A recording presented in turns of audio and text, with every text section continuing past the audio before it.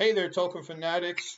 I am back, and I'm starting my new series today with around the MESBG community.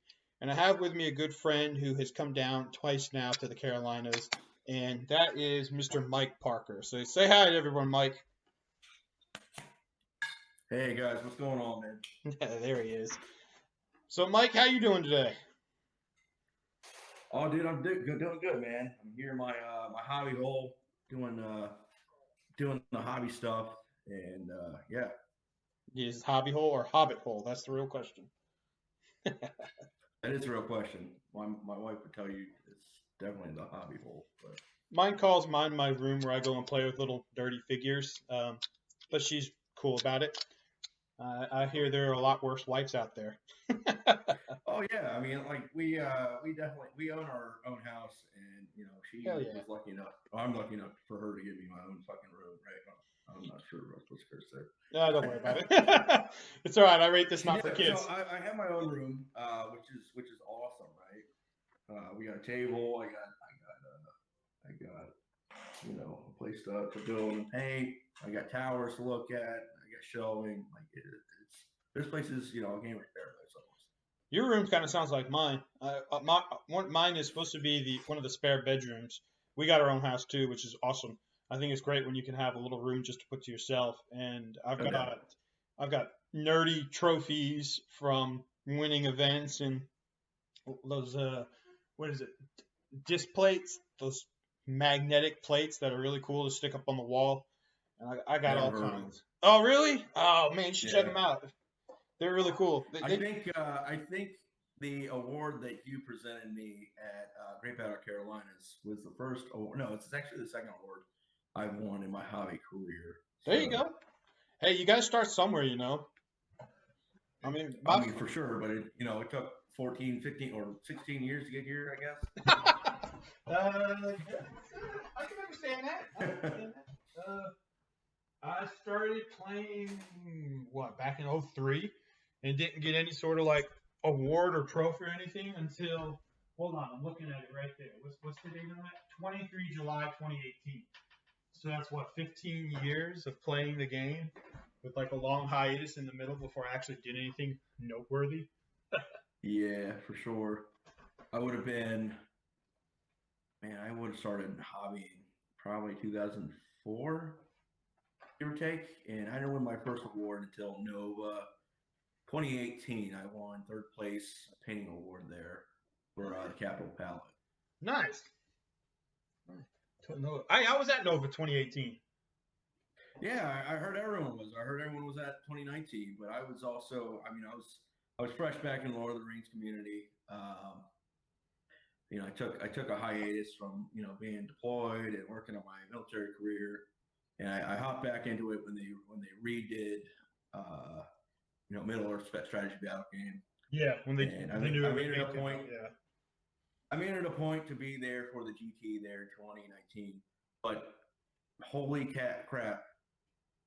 That game on the games on Saturday. There was 4 games that Saturday. Man, I was burnt. I was smoked, dude. Were you smoked? Do you remember that? I did not go to the 2019 one. I was Oh, being penny pincher and trying to save some money. But for sure. I heard Okay. that it was a 4 game on Saturday, 2 game on Sunday. And I'm sitting there thinking 4 games in one day. How Fun does fact, dude. how do Well, you I ran into. Go ahead. Go ahead. No, You no, you're finish. good. Go ahead. I was so smoked. I think everyone was so smoked that the fourth game, I was somewhere in the middle of the pack. Usually where I am, man. I'm not top tier. I'm not a low tier guy. But I'm playing this elf guy from Philly, cool guy, and he looked at me. He's like, "Hey, man, I'm pretty burnt." And I'm like, "Me too." He's like, "You just want to call like literally line out. I mean, you're not supposed to do this, right? Don't tell the judges." But we literally called it an even game from the beginning, and we just messed around because we were smoked, dude. It was awful. I've been in that situation where you and your friend play a game at an event, and you're like, we've played this game a million times.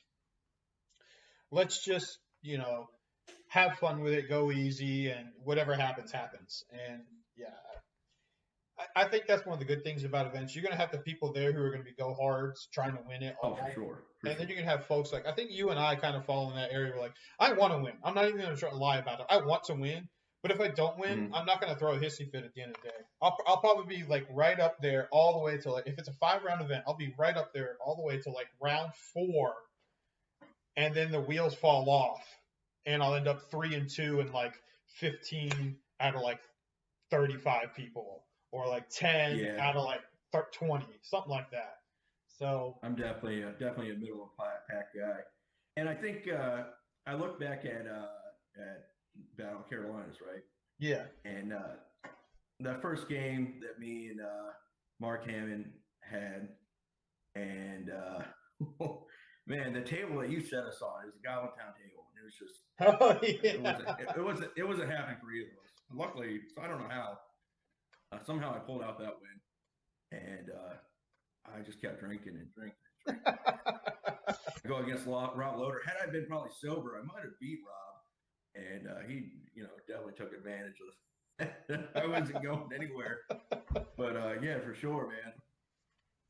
Robert is a nice guy. We're He's a both. great guy, dude. Are you TOing that event? I think we talked about this So earlier he's before we at got on. on May 15th, we're doing Bulls and Shattered Shields down there in Virginia, and he's head TO, and I'm just helping him out with everything because Right. he definitely needs the help. It's going to be not a huge tournament, but it's going to be a bigger tournament You, you for guys, what's been in the area. you in guys are past sold years. out. I know he put a 20-person cap on it, and right now, last I remember seeing, he had about 4 It people. sold out quick. Yeah, he had about It 4 sold out people on quick the wait list. I was for kind of sure. on the brink of like I want to go and support these guys because yourself and Robert and I had also talked about doing something for your area while you're Right. at Great Battles, Carolina, and I wanted to support you guys because I said I would. I felt like it would make me look like an asshole if I said, "Oh, by the way, guys, spoiler alert: I'm Navy, he's Army, any cursing, it's normal language for us." We had talked about it, and I didn't want to be that guy who's like, "Yeah, yeah, I'll come help," and then when it's time for me to come help, I'm like, I was kidding." So I was kind of sitting there on the fence, like I need to go, but with work being the way it was for me, I wasn't sure. And then when I saw that there was like 17 out of 20 spots filled, I was like, I better pay and get in on this because the worst case scenario, I can just drop out and let somebody else take my spot. But Right. I I did a definitely lot of recruiting for the event too, man. Like a lot of guys around, around the DC area. I'm not originally from the DC area, but I lived there for about 3 years, and yeah so I know I'm big with the community down there, and a lot of guys are itching to get back and do their thing, but a lot of guys are afraid to travel, right? So right. it's not in DC. It's down the road a little bit, probably about an hour if there is traffic, maybe a little bit less. Well, I think But it's gonna be a great one. that's kind of like most places though. A lot of folks like we have the Carolinas League, but most of our people for the Carolinas are not in Charlotte where our headquarters in. I mean, we've got folks Right. that are out in Asheville. We got the guys out in Fayetteville. Even in the greater Charlotte area, I personally am in Lincolnton, which is about 45, 50 minutes from Charlotte.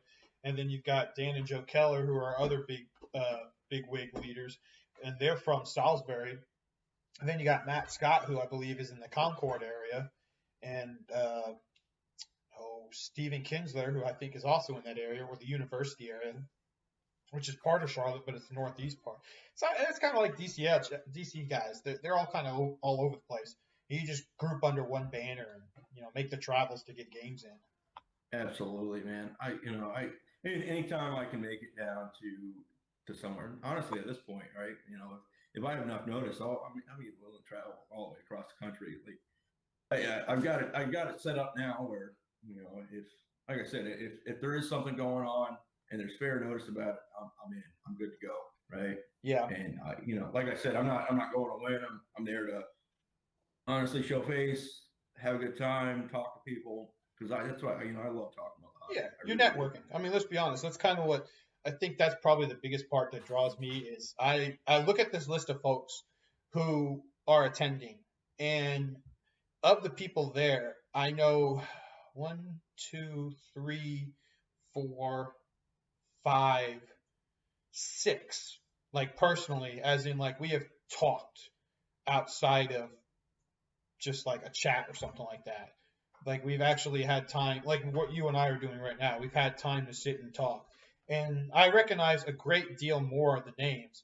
So I'm getting a chance to go and hopefully make 15 new connections with people to bring them to future events here in the Carolinas. And you know what? I think you'll have a good chance of that too, man. Like I said, a lot of these people in this area, they were kind of following the commands with the COVID thing. But I think a lot of Yeah. people are they're ready to start branching out and do Yeah. other things. So the networking piece is going to go a long way. And we had RGS Ringo South on June 6th. And when's the deadline for that for registration? 22nd. It was the 15th of May, but seeing as the 15th of May is the date that Robert chose for the event, I decided to push it back a week to the 22nd. So I have folks who attend of Wolves and Shattered Shields have a chance to decide if they would like to come and play in RGS a few weeks later. So Absolutely. And I'm willing to even go a step further. I'm willing to do it. I don't know. I'm sure Rob has no problem with doing it. Make an announcement for Wolves or for Ringo South. that would be awesome. I would appreciate that. Absolutely. So that'll definitely help me out. The only downside I would say is because of the fact that it's then anybody listening to this that's interested, I do have a block of rooms reserved at a discounted price, but the deadline to sign up for that is May 5th. So after May 5th, if you haven't signed up for the room, because I'm doing at the Hampton Inn and Suites in Concord, North Carolina, same place that we did Great Battle Carolinas at. I have a good rapport with the event coordinator there, so she set me up for the weekend at a good price and gets me the rooms and everything. That's I was able to set everything up the Friday before, so there was no rush to do it that Saturday morning. And then I was able to leave everything there over Saturday night, so I didn't have to worry about rushing to get it out. And then I just packed it up in my truck Sunday morning, and away I went. But we got some rooms there. If anybody is interested in attending, and you're traveling from out of town, I mean, please look into this. The event is posted on the American Strategy Battle Game Alliance Facebook page, or just shoot me a message and I'll help you out. Oh, it's a great venue too. I mean, I can't speak highly enough of those guys, like of the hotel staff. They were very accommodating. I went down there with my buddy Jerry, who plays third. Shout out. Hell yeah, Jerry. And he had best display board. Yeah, we had a great time. Yeah, it's a good hotel. It's a great place. It's conveniently located too next to Concord Mills Mall, which Concord Mills Mall is actually open. So if you have family members that want to come, please come. You just have to wear a face mask and abide by their social distancing requests. And I mean, it's cool. There's all kinds of food around there. There's a Great Wolf Lodge, which I think that's open actually, but it's an indoor water park. There's also an arcade in there for kids. So if you got kids around, there's all kinds of stuff. It's definitely a family friendly area, and that's one of the reasons I chose that area. So, but back to the topic at hand, being nerding and nerding out. So how did you get into just Tolkien and MESBG in general? What drew you to it? You said you've been playing for 14 years now? Yeah. So the question, I guess, it's a two-pronged question, right? Like we all have our purpose of why we got into Tolkien, whether it was a book or the movies. I saw the Fellowship when I was a wee lad, and I didn't really understand what was going on. I wasn't really following things. Right. I think the point that drew me in when I was down there, actually, I was living in Fayetteville at the time, down there in North Carolina, and my mother had taken me. Yeah, originally. My mother had taken me to see Two Towers, and just watching the Battle of Helm's Deep kind of just, I was like, man, this is going to be significant in my life. But anyway, so fast forward, years later, I originally got my start in the hobby with Warhammer Fantasy, right? I think a lot of folks did. Yeah, it's funny is like I meet a lot of people who get started in Warhammer and they find Lord of the Rings, but like you meet a lot of people who started with Lord of the Rings and then they end up going somewhere else. It's kind of weird. It's kind of a funky thing. Well, yeah. So I started with Warhammer Fantasy. Then I developed into a 40K, and at that time, man, I don't know if you remember like the early to late 2000s, but Lord of the Rings was not what it is now. No, no, it It was really very wasn't. much crapped on by the community as a whole. It was kind of like that other thing, that other people did, and over time it became its own niche thing. And then the Hobbit broke out, and you were either with it or you're doing your own other thing. And then all of a sudden it went away. And I was working for Games Workshop at the time. That's awesome. When the Hobbit came out, I was doing my thing there, and I kind of knew that like it's such a great system, dude. Like if Yes, there's one gaming system out there, it is Lord of the Rings. I can't preach. It's not because I'm doing this podcast with you or anything like that. Like it is fantastic system.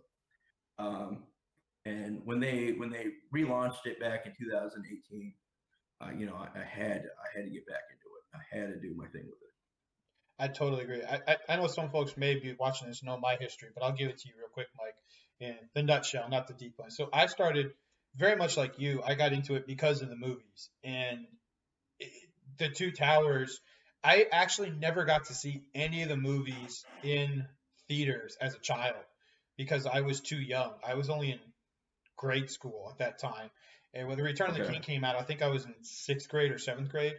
So I never got to see it and embrace that whole like, oh my God, this is the Battle of Helm's Deep, and I'm watching it on a 30-foot theater screen like you did.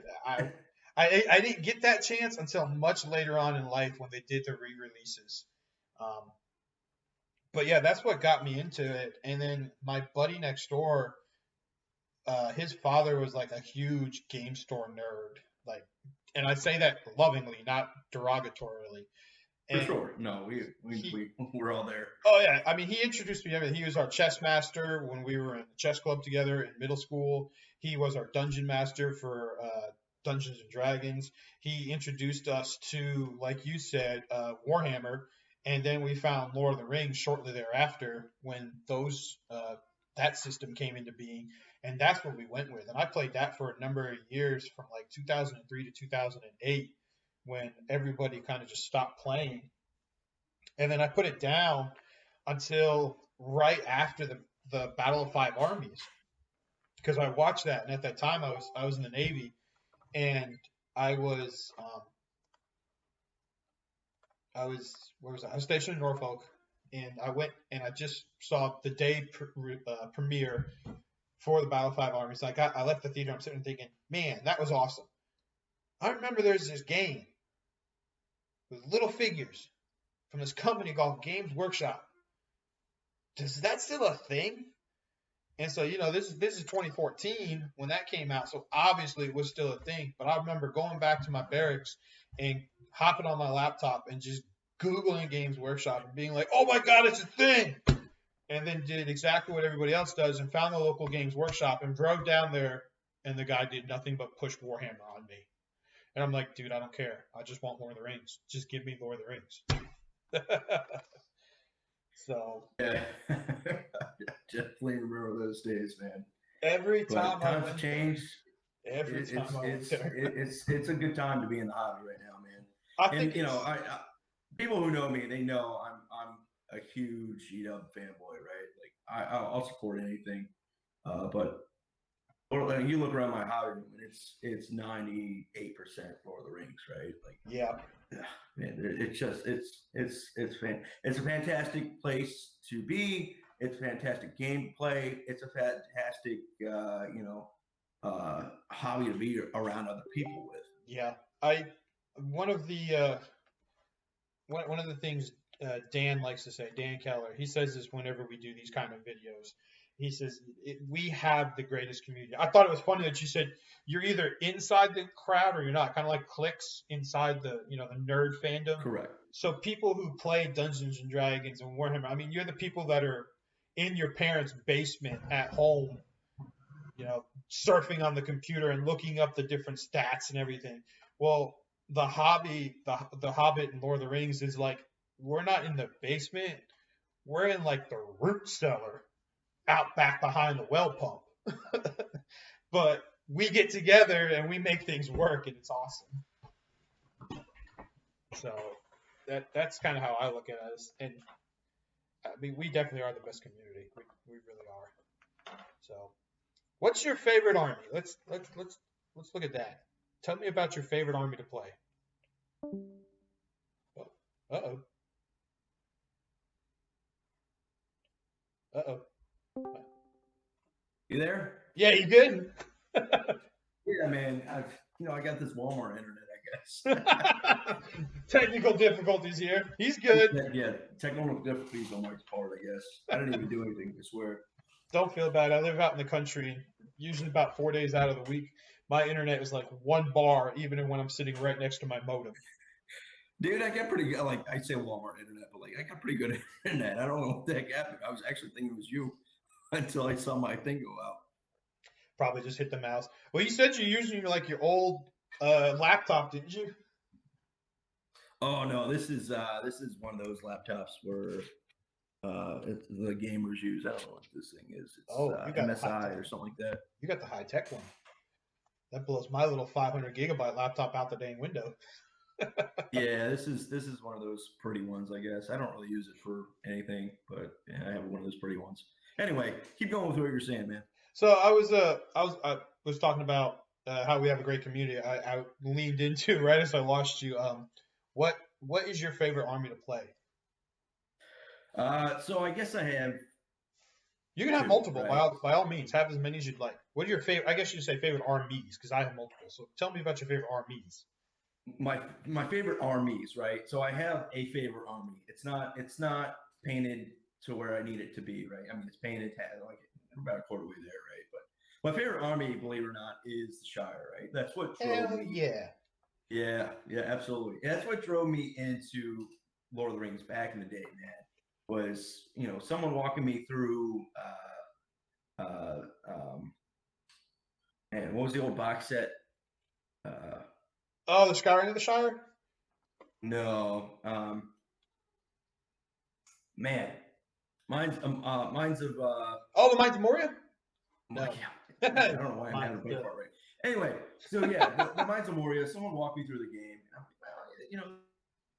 Mines of Moria that's box pretty set. Cool. I can get that. That's Mines of Moria box. And I learned how to play, and I wanted to get down with the Shire, and I love, like I said, I love the fact that if hobbits lose a fight and they die or whatever, it's not a big deal, right? No, that's what you got so many of them. Yeah. Right.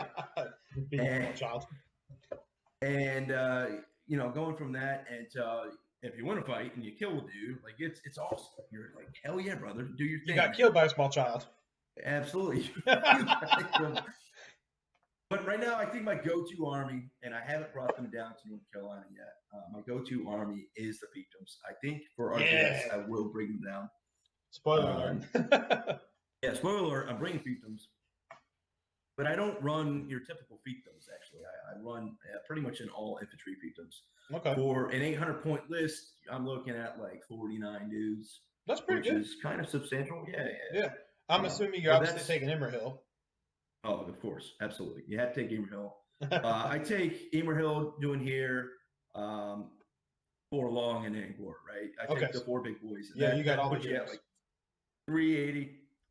Only thing that the army lacks in that aspect, especially with all infantry, is the no march. Not having march is it's a bad day. But you could think about throwing a captain in there from Dolan Roth.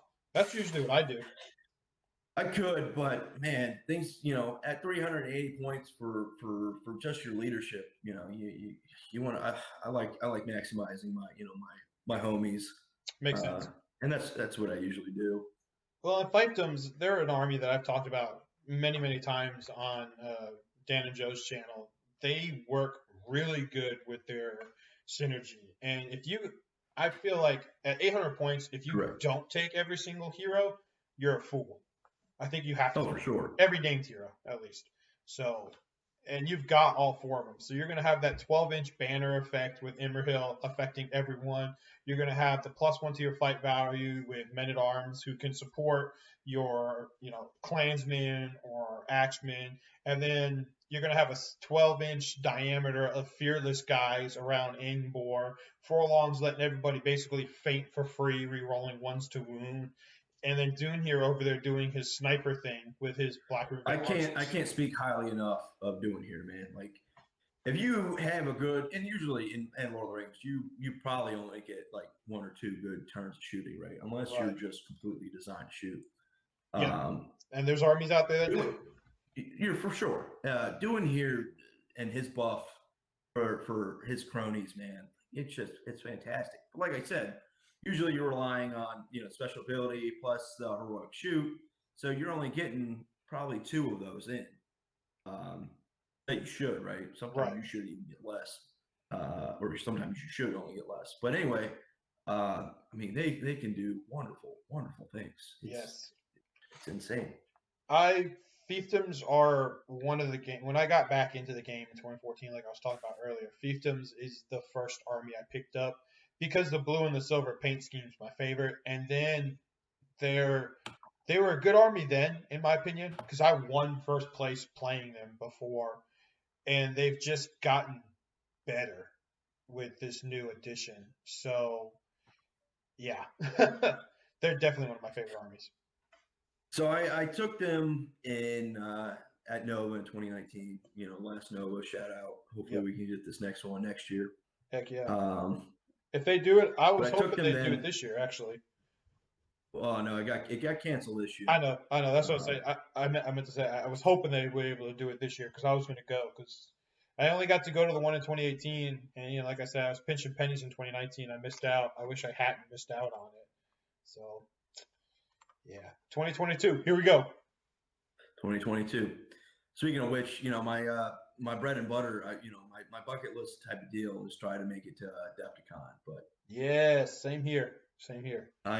Dude. So I had my tickets paid for. I had the biggest thing is getting a hotel room, which I had gotten for the 2020, and dude, we were all ready to go. Me and my buddies to go, throw down Middle Earth, and COVID happened. It's just like, man, the 1 year where I could actually make things happen.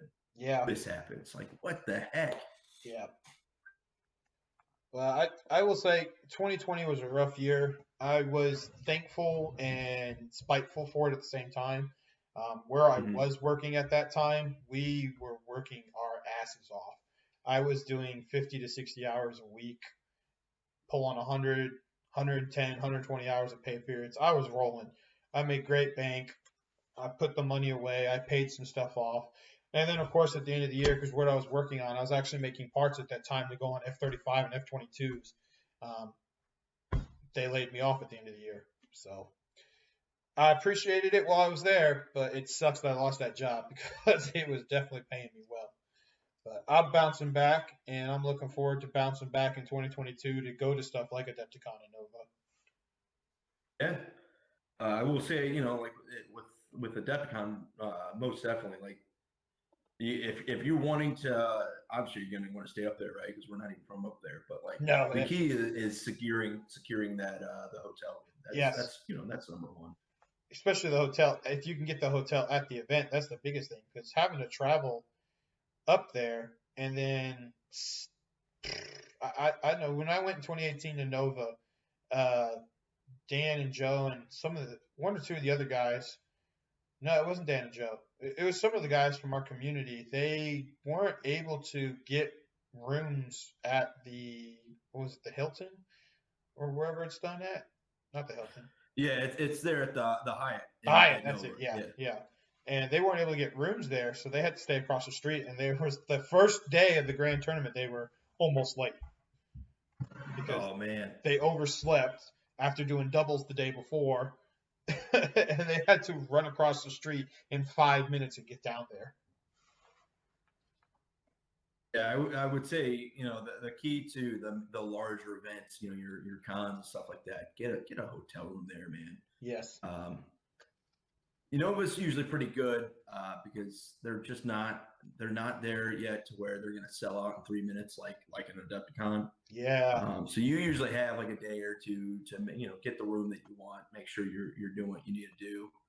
But I couldn't imagine doing Nova without staying there. And by the way, I lived 5 minutes down the street for during Nova 2017, 18, 19, 20, or not 20, but it was worth more for me to stay there at the hotel. You capture it's part of the capture experience. more of the experience. Yeah. Yes, absolutely. I think that's one of the things where a lot of folks, some of them are just like, I don't know.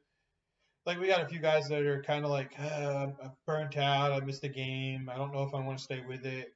And going to events like we did at what's it called? The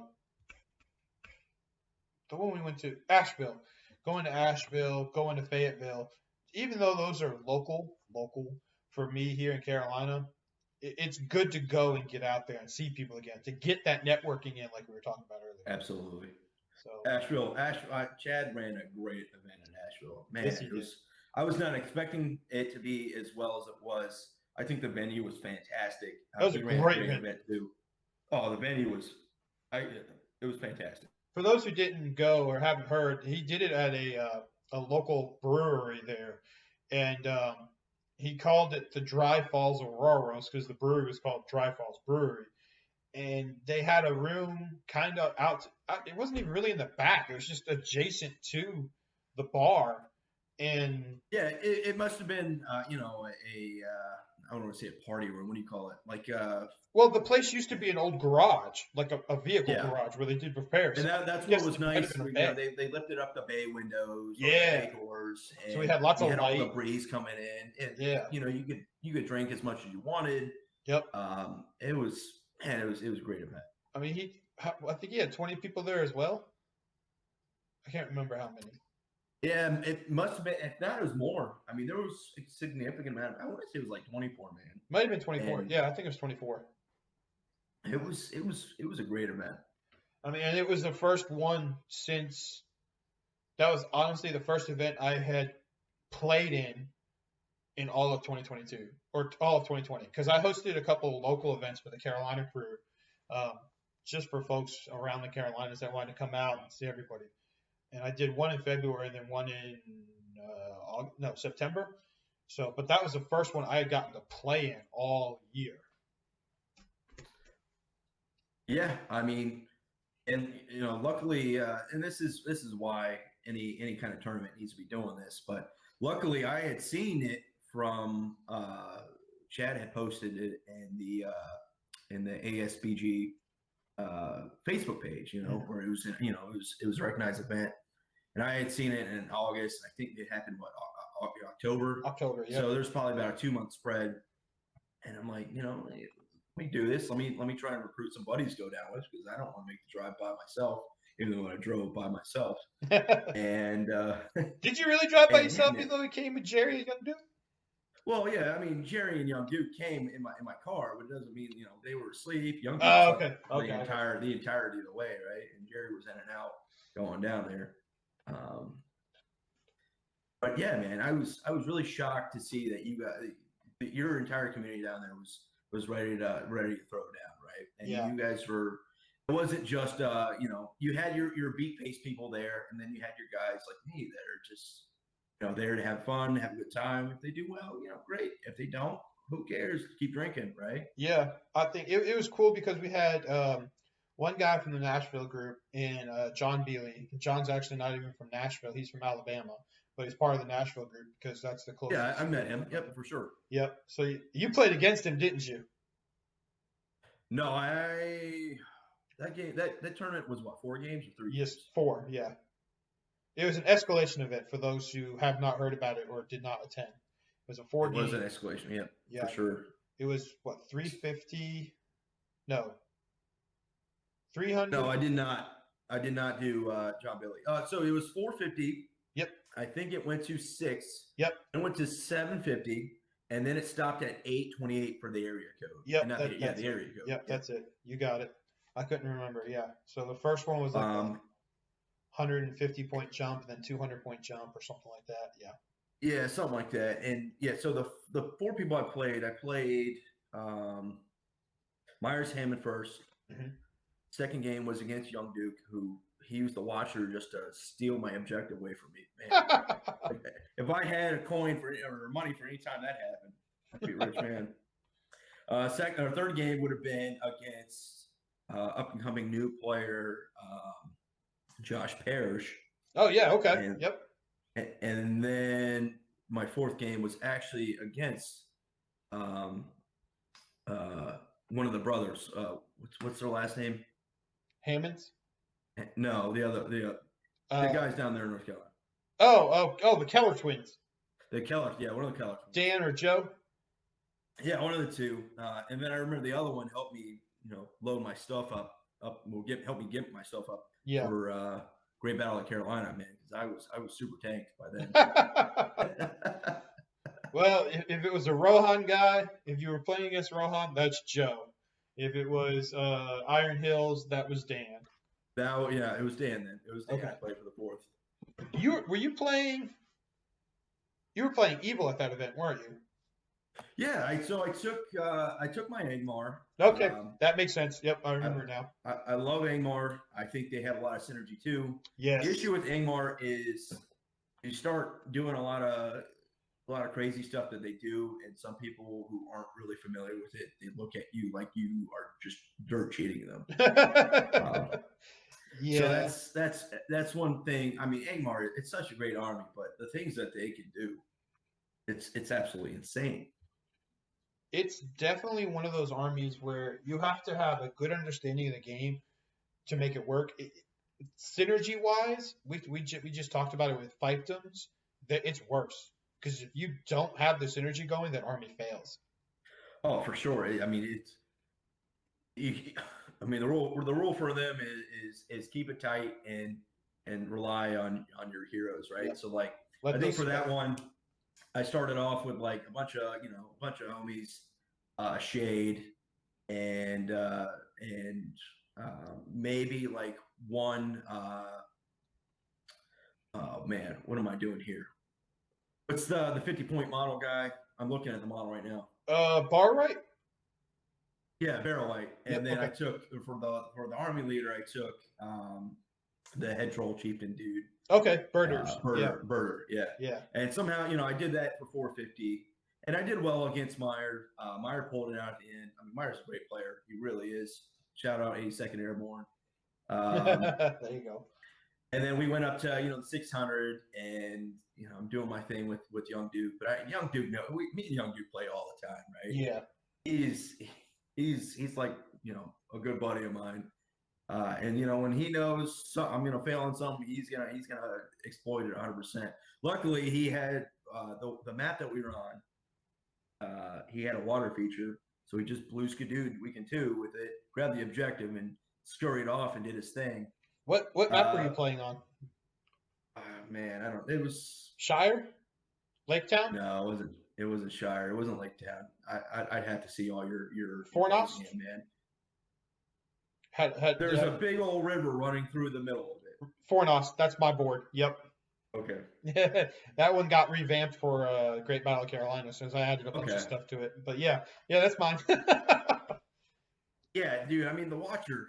By the way, the Watcher is not worth 200 points, right? Let's be frank. If he's not in the water, he is not very good. If he's in the water, he's going to murder. I think the water has nothing to do with it, man. He's outstanding. The Watcher is an outstanding model. Yeah, I've played against it a couple times, and my most recent game against it was against someone who's more of those laid back players, so he probably wasn't using it right. I just remember that it only killed like 3 of my guys, and I ganked it with Boromir, Famir, and Forlong the Fat. Oh no, like that. Yeah, that's the wrong answer with the Watcher. Well, the Watcher I think needs to be FAQ. He's that overpowered, in my opinion. Well, you got to remember though, you are playing against Young Duke, and Young Duke didn't he score like second place or something at Nova in 2019, if I'm remembering right? Yeah, he was up there.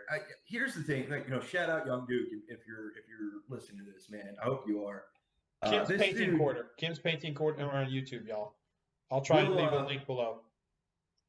we'll get a set of rules, right? We all get the same set of rules. We all get the same King's English, Queen's English, whatever. And we'll read something, be like, okay, cool, yeah. And this dude will read, 1, he'll read 2, he'll read 3, and then he'll add it all together and be like, oh, well, this is equals 6. Let me start doing this. And you'll be like, how did I not see this? Right? I'm not talking about like crazy things either, like things that are up for debate. We're talking about things like clearly, if you add them together, they work, and most people don't see it. It's insane. The crazy things that he, especially with his Moria, it's fantastic. He's one of those guys. From what I've heard, he can. So everybody's got their own way of looking at things, right? And from my understanding, is some of the better players are the ones that can look and see what every single individual piece can do. But then when you take that piece and put it together as a whole, it adds up to something greater than, it adds up to greater than the sum of its individual pieces. You know what I mean? It's just like the military. Just like the military. The infantry is only as good as the armored support it's got. And that's only as good as the air support you got. And that's only as good as whatever's getting you to there in the first place. So, yeah, he, from what I understand, is very good at looking at all those little individual pieces and then making it, oh, yeah, you take them on a singular specter or singular model, singular piece, not that impressive. But when it all comes together to that major puzzle, it's just like, bam, in your face. Yeah, I mean, speaking of synergy, like this dude creates his own synergy, right? He finds a way that the average bear doesn't see for energy or for synergy. There you go. Yeah, that's exactly what I mean. I mean, you just said it best in my 20 minutes of rambling.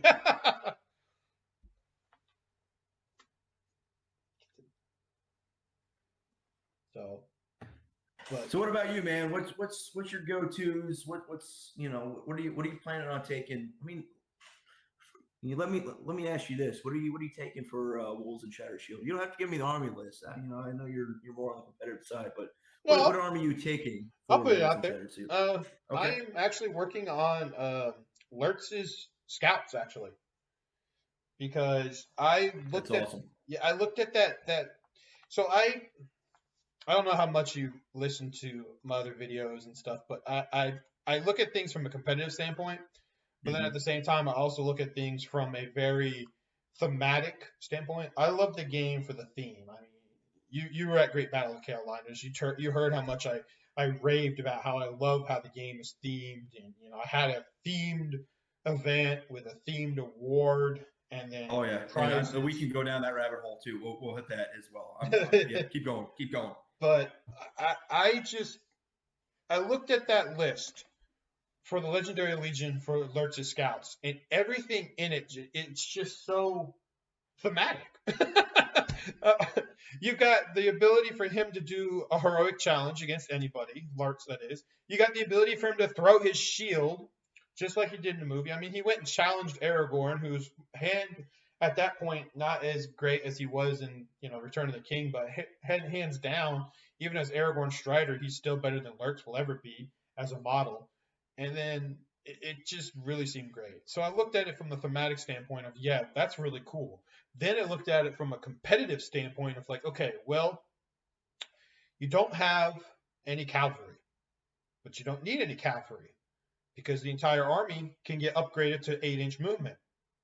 You can take drummers. Okay, well, if you take drummers, those drummers give you an extra 3 inches. So now you're moving 11 inches in a turn. Yep, you're at 11 for sure. Now you can take a captain. Oh, and by the way, Lurtz has march as well. So if you do a march, you're at 14 inches of movement in a turn. I was like, this is not only a list that can be very competitive, very thematic, but you can make it competitive just from the standpoint where it's like, all right, let's play to the death. And I got to march 24 inches across the board with you. I can do that in 2 turns. 8-inch movement, 3-inch march, 3-inch drum, 14 inches.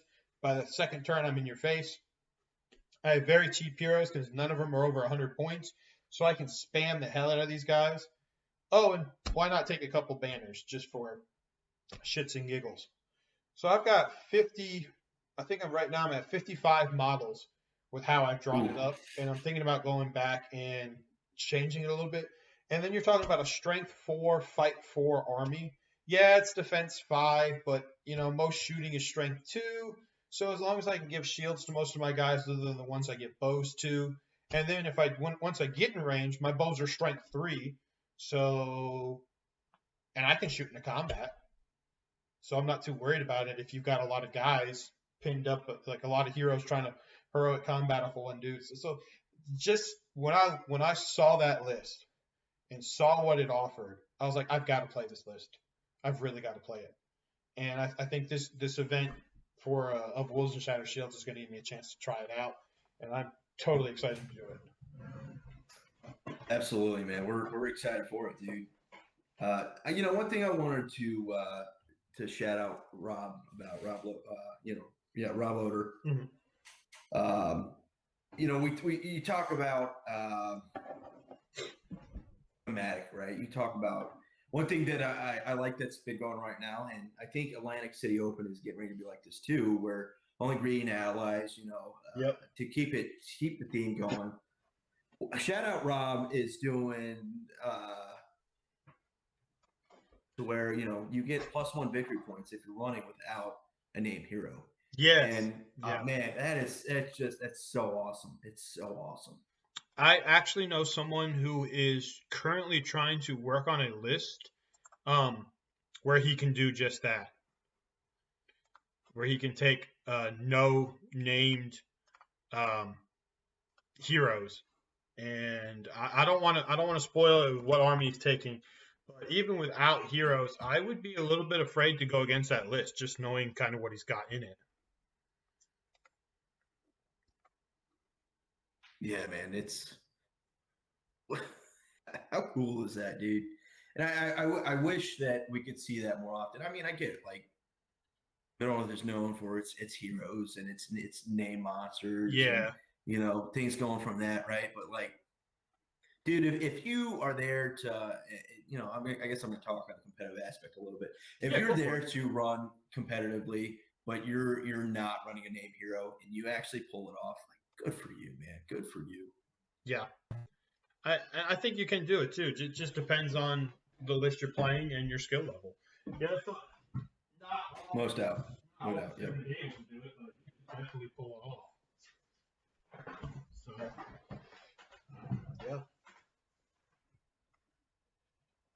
So, what is your favorite good army outside? Because what's your favorite evil army? Because you talked about the Shire and Fiefdoms being your 2 favorite armies, but then you played 2 evil armies when you came to Carolina twice now.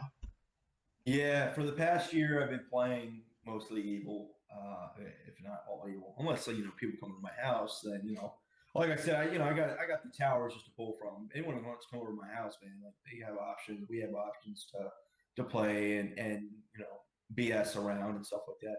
I think my favorite evil army. I don't want to say Angmar because I've talked about them already.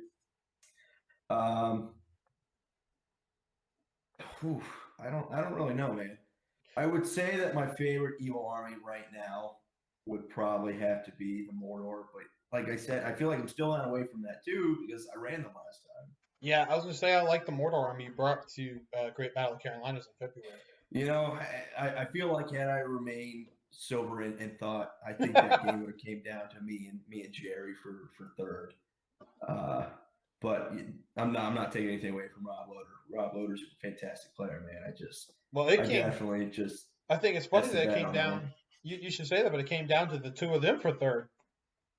Well, that's what I'm saying. And I heard that had someone messed up, and we're not talking about chancing mess up. Like, had there been like a certain play that happened with 1 and 2, Jerry would have placed second, from what I heard.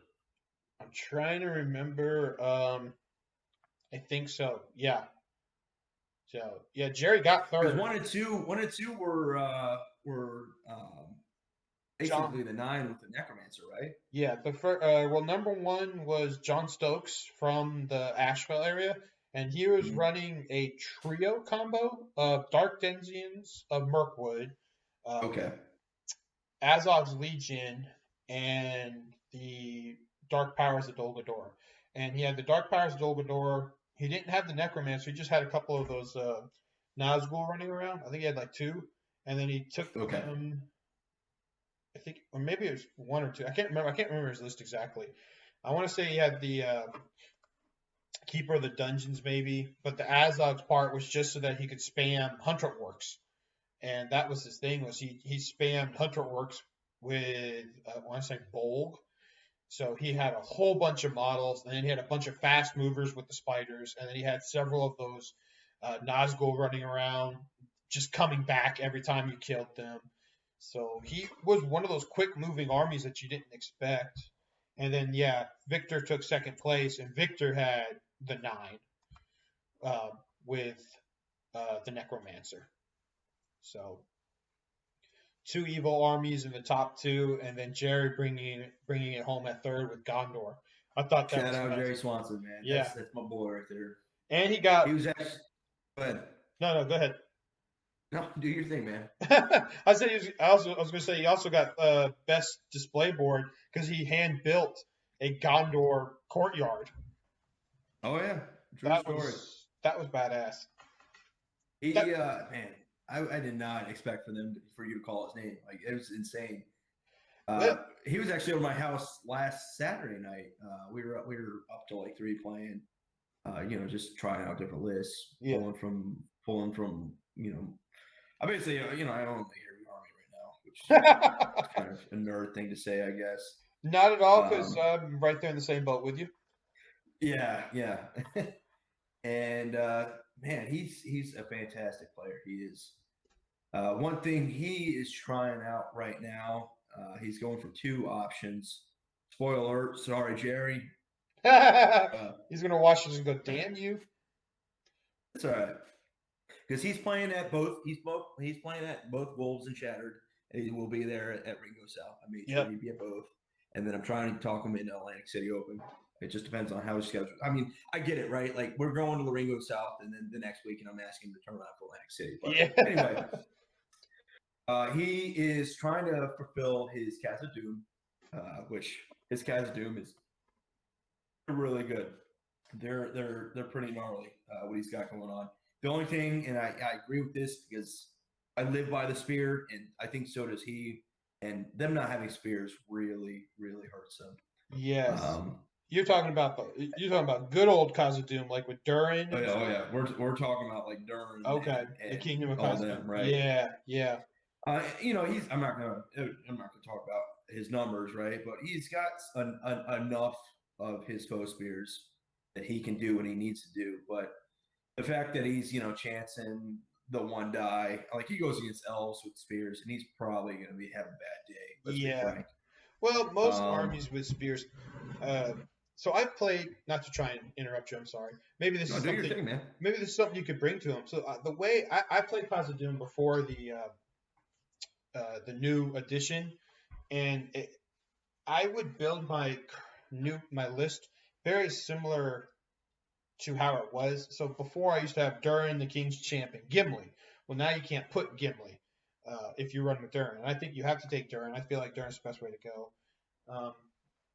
I would probably take Durin, a King's Champ, maybe a Dwarf King, because the Dwarf King is fight 6, and you can get March with 2 points of might. So that's a good thing to have, especially with 5-inch moving dwarfs.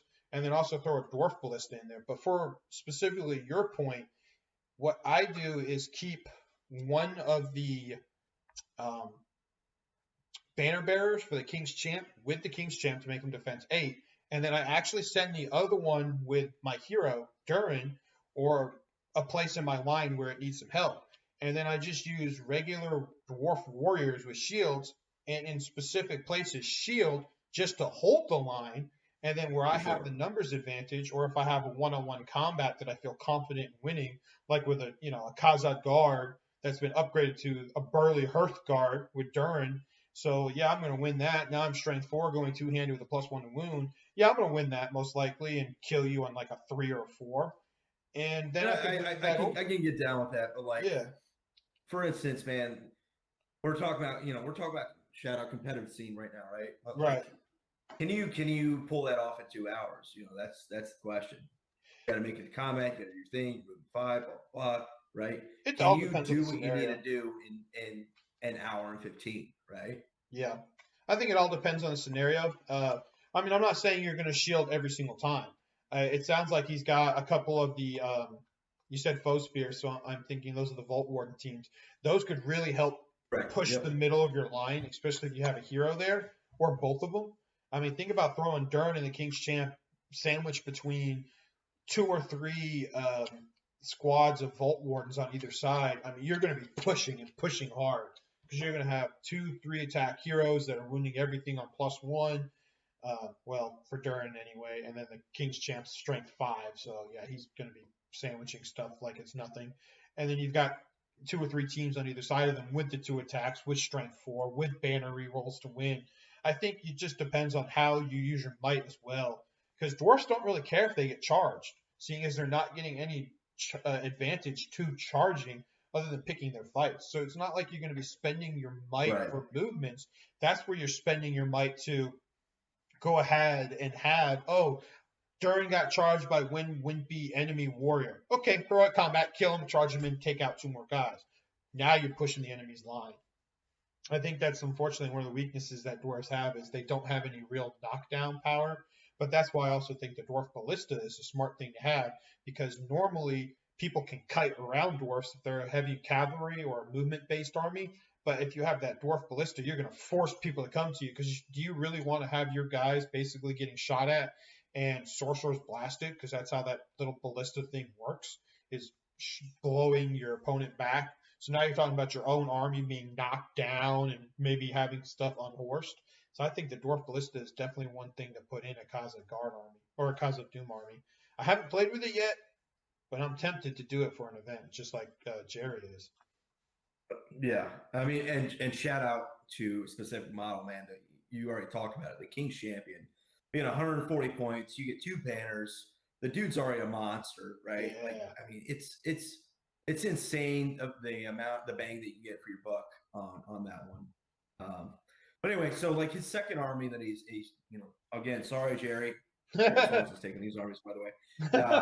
His second army that he wants to do, I think this is going to be on the less competitive side, but he wants to do basically trees and wildmen. So you're already looking at yellow alliance. So for I don't remember what the pack was for wolves, but maybe and you can speak more on Ringo South, but you're looking at yellow. By the way, the trees lose their fearless. They lose their the magic resistance, and you're just looking at a bunch of toddlers running around with poison weapons. Could it be good? Sure. Like I don't know. I think this is one of those armies. The drink, the better you might get.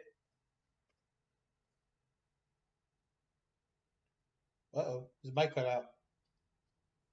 No, I'm here, man. Oh, okay, sorry, I lost your mic there for a second. You were saying it might get better for what? Oh, I said it's going to be one of those things where you might need to keep drinking to see the fruits of your labor. I got you. Because you're just going to be going all out, I guess, right? I don't see this army doing well. I really support the new tree models, by the way. I love them. Shout out G-Dubs. Yeah. Shout out G-Dubs new dice too. I got them. They rolled pretty good for me on my first go through. Yeah, dude, I saw that. That's a pretty good roll. And Derek was using them for his dwarves last weekend. And I don't know if you know anything about the old G-Dub dice, but I was using the old Gondor dice with the trees. The one where the trees were the ones. Yeah. All you do is roll trees. That's it. You're rolling trees and maybe like a 3 or 4 right here, right? I have, but man, I have those Mines of Moria ones. So every time I get like that Mines of Moria symbol, I'm just like, oh shit. This is the old ones. Yep, you're right. Yeah, man. It's a sad day. It's a sad day. I think that's an interesting combo that he has there. Because when he's talking about trees, he's talking about Fangor. For anybody's going tree, yeah, for sure. He's talking about Fangor, and then the Wildmen are the Woes Warriors. Yeah, I think that's a Yeah, good so combo. he's got like Treebeard, and I think he wants to add in Quick Beam, Yep. and then he might have like one or two other dudes. Yep. But either way, I'm not privy with the math right now. But basically, it's whatever you can fit with trees, and then the rest is like Gone Very Gone, Yep. and then a bunch of homies, right? And I think the homies are about 9 points a piece, maybe a little bit more. Yeah. I think 9's the magic number. I think they're 8 or 9. Yeah, well, yeah, I don't think they're 8. I'll have to check next time we. Yeah, I'm pretty I sure had you're that right. book They in got front they of me. got pointed up really heavily in this one because before they were only like 5 points, but they got. I don't know. They Poison the Spear is awesome, but anyway, Yes. I don't know if that's worth giving up the magic resistance, or and not even magic resistance. That they're, and if you, man, I gotta pull up the thing now. But like, if you look at the special rules, they're like a bunch of the spells. They're just like, nah, fam, that doesn't work on us, right? But like, that's only for green allies, and they're not green with anyone, I think, except for themselves. I think I want to say Misty Mountains, so Eagles they might be green with. I'm looking right now. So Fangorn is the tree. No, they're not green with anybody. You're right. Damn. Yeah, and that's what I thought. Yeah, they're yellow with an absolute crap ton. They're yellow with everybody. They're not impossible allies at all. That's crazy that they don't have any red. So, I mean, they're losing a lot of their stuff that make them even worth taking, if that makes any sense. Yes. By just going to yellow. So, take it or leave it, right? I think Jay Clare, shout out Jay Clare, put out his own thing via his own Facebook a week or two ago on like how to appropriately take trees, because people were complaining about Treebeard is 200 with the hobbits, and then Quick Beams 140, I think, or whatever. Yeah. And then a homie tree is like $120, and and then you're looking at wonky numbers. But like Jake Claire basically lined it out, like if you're running a clean Fangor list, like this is what you take for this number, this is what you take for that number, so on and so forth, yada yada yada. Yep. I mean, the fact that I think they're an elite army because of the fact that they're going to be a low model count. It's kind of like oh, you'll be lower than the Rangers, absolutely. Yeah, sure. Yeah. I mean, you're talking about something that's the 9. You're talking about the Black Riders Legendary Legion at that point. If you have 9 models, you're extremely lucky. Actually, you're not going to have that army too. I love that army. Yeah, there you go.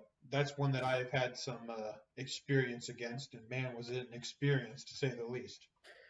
Yeah, the only issue is if you ain't winning you ain't winning your priority rolls, which I played against Jerry with, and man, you ain't win priority. You game ain't yours at all. That's for sure. I think they're the Fangorn army. They're very good. If you use it right, you can do almost anything because you've got strength 10 rocks you can throw at 18 inches. And then you're talking about guys that are strength 8, defense 8, or with Treebeard and probably the other named heroes, high fight value. So any enemy hero other than like, I'm trying to think, other than, Gilgalad. Everybody's striking except for Gilgalad. Even the regular Ents are fight 7. So, Treebeard's fight 8. Everybody's striking up. Orphandale, Thranduil, everybody's even is a long number. You don't really see 8 that often. That's no. Interesting. I think he's the only guy I can think of that's fight 8. Excuse me. I mean, there's some fight 7s out there. Oh, Gwahir. Gwahir's fight 8. There you go. So that makes sense. Because I'm looking at my collection of models right now, and I'm trying to think of like dudes that are fight 8. But yeah, man, fight 8 is one that you actually don't see. I mean, granted, you don't see 9 or 10 either, right? But no, you can count like 3 or 4 of them that are. So yeah, man, you're right. Like people are going to be striking at some. So that's that. But granted, we play Lord of the Rings still too, man. So like, you kill a couple trees and you're already, halfway through someone's army after killing a couple trees. You're not really even worried about, right? About Treebeard. You stay away from him. He only moves 6. He's not going to bother you if you don't bother him, unless he keeps close. If he keeps close, then eventually it's going to come into play, I guess, right? I guess if you tried to stay away from him, he could sit there and throw rocks at you, like I was saying. But even then, it's a 50-50 shot to hit, and it's going to be a 6-inch scatter. So if you're going to try and go that route of kiting around him, ow, my cat just bumped me in the head. Um, yeah, I mean, and then you got Marion Pippin, so Marion Pippin can throw stones, but their stones are only 8-inch range. So I don't know. It would be interesting. I think a Lords of Battle scenario, you would hate to fight that army. Yeah, no doubt, no doubt. So what about all right? I was looking through your pack thing. I don't know where we at our time, how much time you have left or whatever. You're fine, man. But I'm at your we're disposal. You're helping my channel. dude, I can talk all night, man. I love this. I this is my cup of tea, dude. I would love just to keep talking about any kind of hobby. Anyway, so what we spoke about things that we liked. We spoke about things like our go-to armies. We spoke about armies that we're talking about in the next coming month or so, man. Yeah, month or so. We're down like 2 months now. What is the army that you least like to fight, and then what is the army that, or what is the worst game that you've ever had, in your opinion? Oh, that's a good question. So, least favorite army to fight against. Well, and that's different. It's changed because under the old rules, my least favorite was Harad. Back when Watchers of Karna were 2 attack, and they were. Oh, those old Watchers were fantastic. Yeah, that was my most hated army to play against, and I couldn't stand because they had 50% bow limit, re-rolling ones because of poisons, 3-up shoot value, and then you've got Watchers of Carnage with 2 attack, and I think they were like defense 4, defense 5. They were ridiculously high defense. I think they might have been like strength 4 or something too. And I mean, they've been quote unquote nerfed now, being 3 attack, strength 3, defense 3. But that was under the old edition. That was my most hated army to play against. I haven't played against them at all in this edition. And I'm trying to think, what is the army that I don't like going up against? I would maybe say, and this is might sound like a weird one, but like Dead of Dunharrow, to me, is a hard army to play against. No, I can get down with that too, because every time I play against them, there's always some kind of there's never a water feature in Lord of the Rings until I'm playing against Dead. And then they just walk right over it, and you're just sitting there going, shit! Dude, I swear to God, that's exactly right. Like, the only time there's ever a water feature is I'm at a tournament, and the only time that I'm ever playing Dead of Dunharrow is when I'm at that said water feature, right?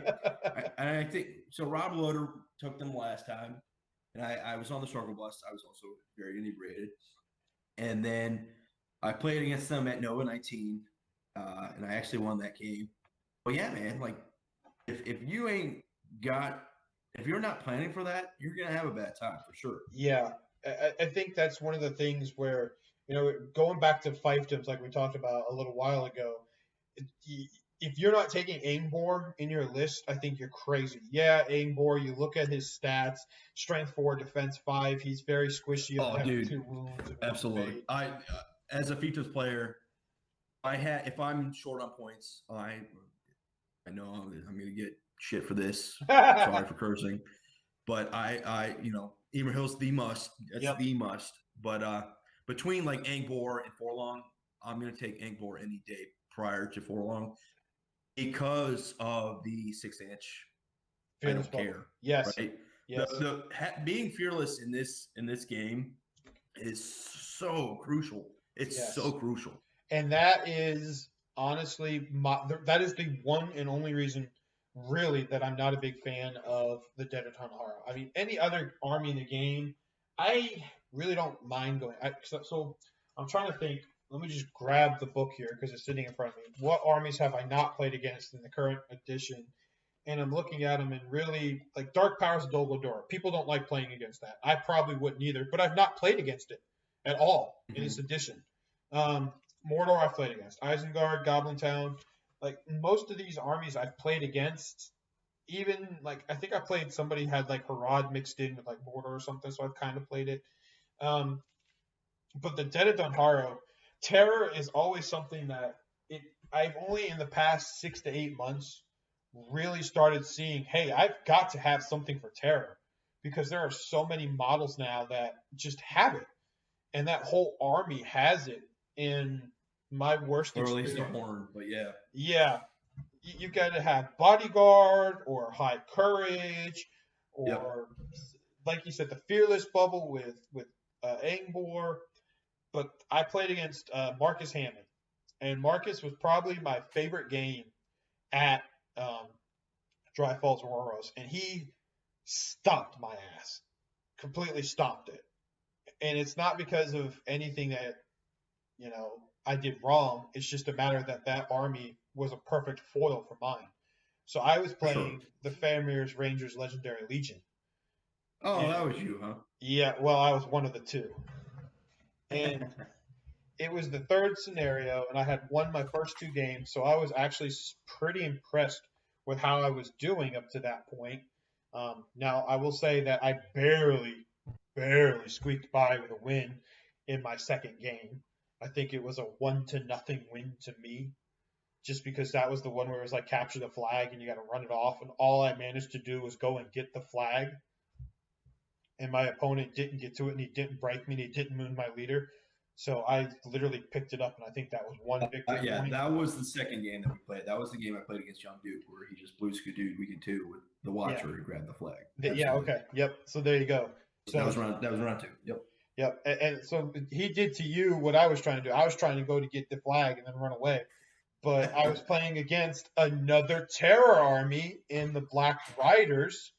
So I had those guys running around and making my guys go all over the place with their scream and their chill, or what was it? Not chill soul. The one we have to take a courage test, and if you fail, you move. I think inspire fear or something like that. Against the Black Riders? Yeah, I can't think of what the spell Say again. is. They come up and they it's a spell? Yeah, it's a spell. I don't know, man. Like, they make we need everybody. to be more prepared. I'll have my books up next time, man, so I can rifle through this stuff. Hold on.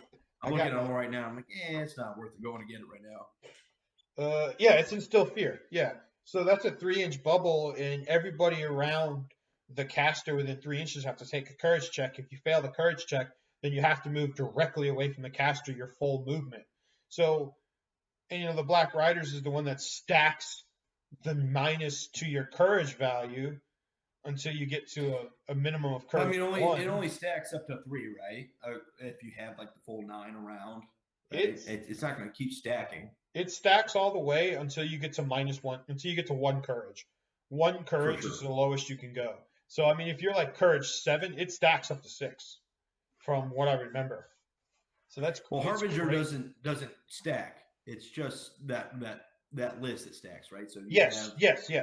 4 to 5, it's -1, or 4 to 5 is -1 or -2. I'm sorry, and then you have like with 6 to 9, it's like -3 or -3. Yeah. Okay, so I think you're right. It does stack to -3.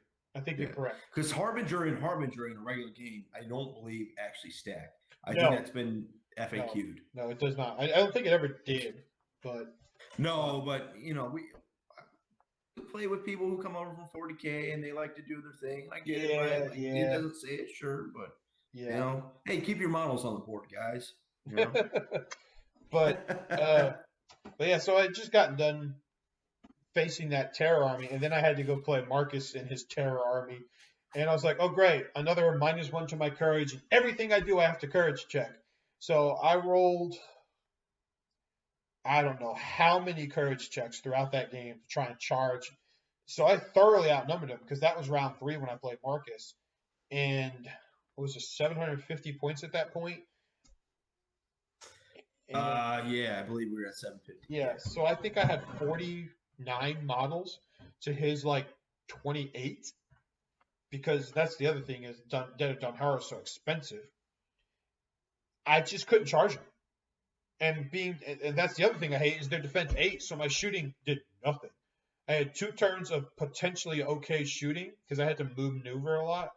I was playing on that Lake Town board, and I did 0 wounds in shooting.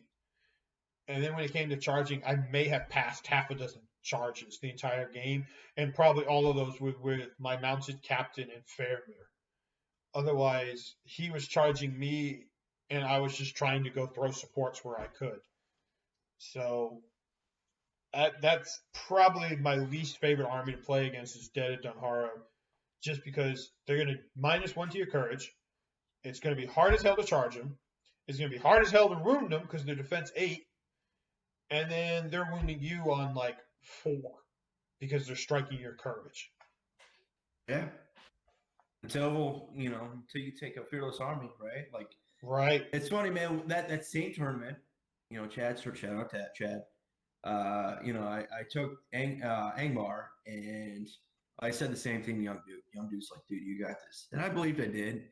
But I'm like, if I go against the armies that are fearless, I'm screwed. Yeah. I don't care. Angmar's a scary army, but they're not very good at getting 2 scary armies. Oh yeah, I mean, great. Shout out Shade, right? Like we love the Shade. The Shade does its thing. It's awesome.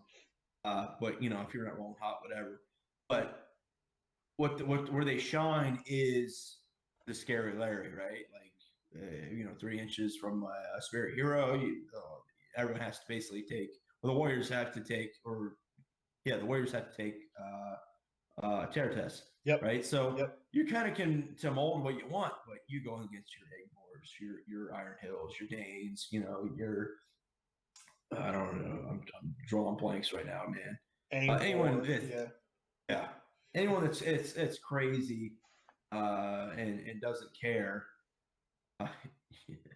I'd even throw Rohan in there because I'm a big Rohan player, and I usually take about, depending on what the points level is, I throw in 10, 12, 13 Royal Guard, and those are bodyguarded dudes. So they're your bodyguards. They don't. I mean, let's be honest. Gondor too. Gondor with a horn, you're getting +2 with your army bonus, right? Like, okay, cool, fam. I'll roll the dice. Yeah, right? I shouldn't fail. And anyway, it's funny. Speaking of which, right? So like Angmar, I think Young Duke was the only army that I didn't play against that didn't have Iron Hill and Dane in it, right? So everyone else is just like, oh, fearless, yeah, I got you. Right? Like, how did this happen? So it's always like that, man. It's all good. I'm there for the booze. Well, I know you played against Dan, and from what he told me, you used what was it, the Paralyze on his chariot driver, and he just sat there all game after you paralyzed him.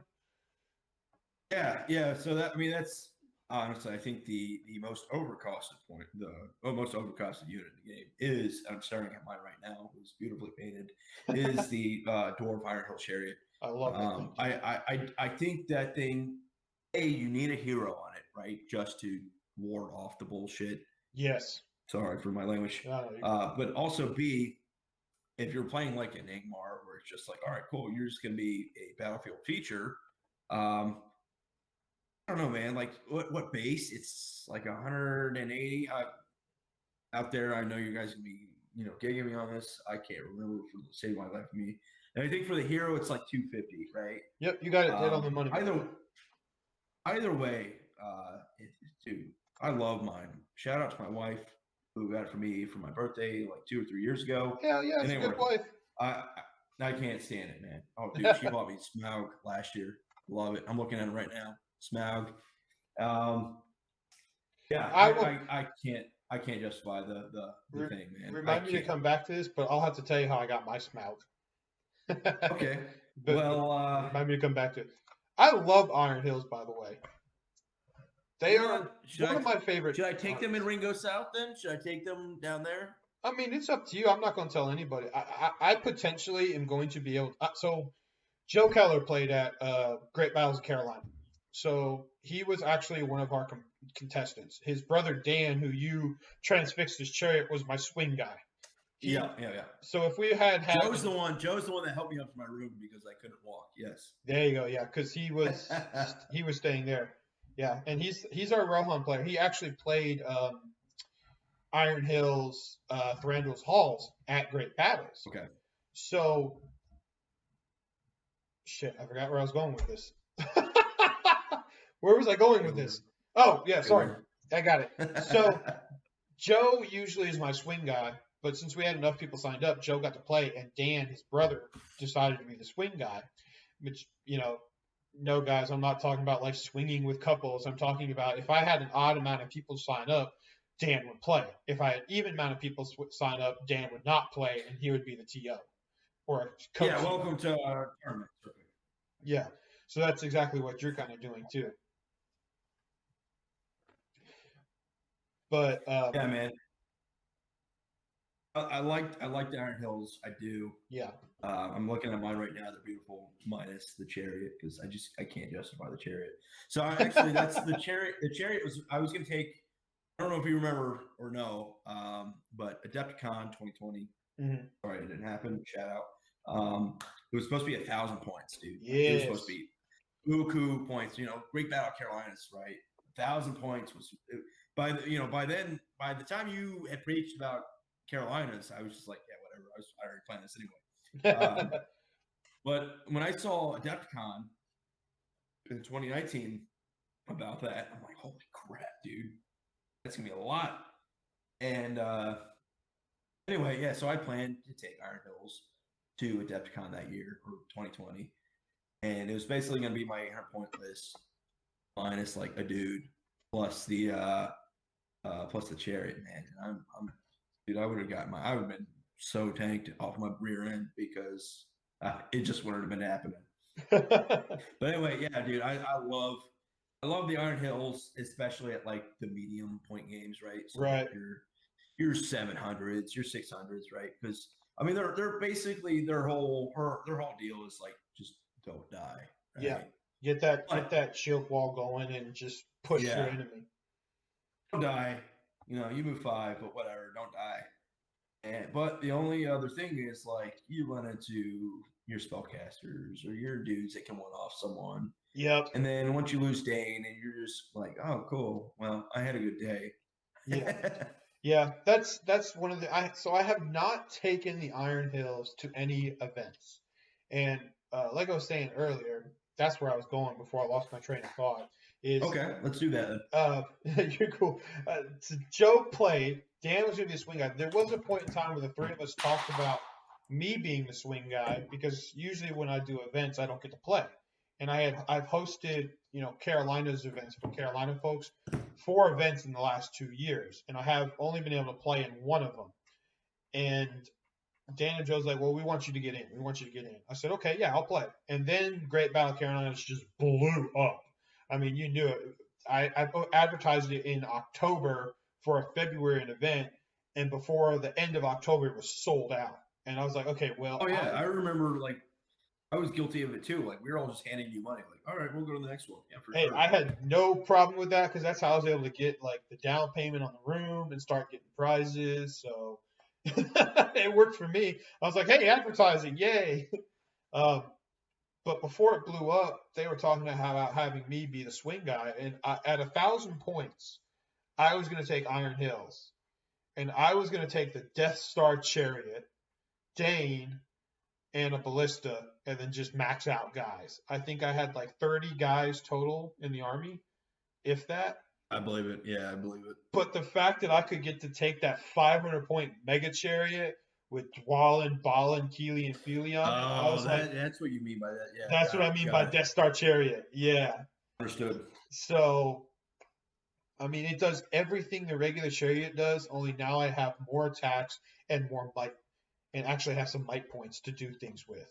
So I played one game with it, and it wrecked ass. It really did.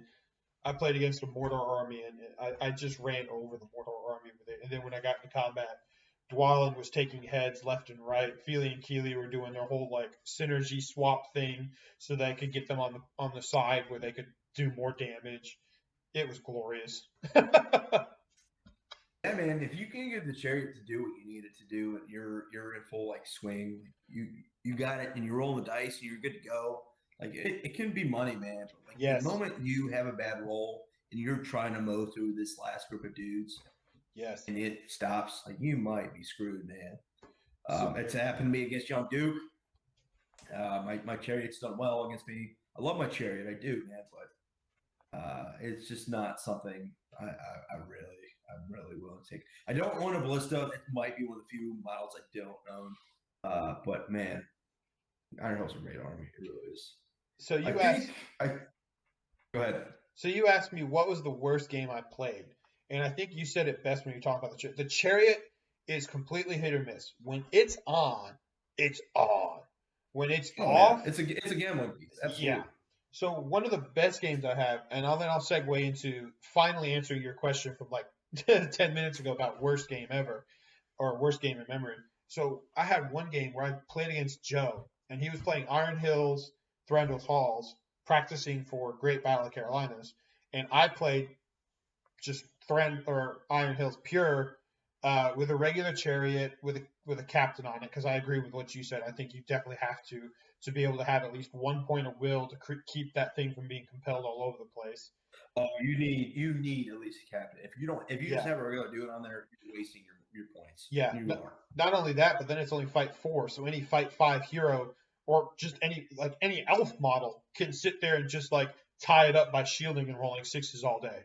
So, but I had that game against Joe, and I ran into he had Warband, he had Dane, and then a Warband of 12 Iron Hill Warriors. And I ran over every single one of them in one turn. Just killed all 12 of them. And all Joe could do is just sit there and pick the models up as I ran into him with my strike. Dang, whatever. Dude, I'm taking you to Vegas with me. Dude, well, okay. So that was that game. I'll tell you what. Actually, we'll go to Lang City. You can roll some craps for me. How about good? Good with that? The 6s and 5s in that game were so hot for me, it was ridiculous.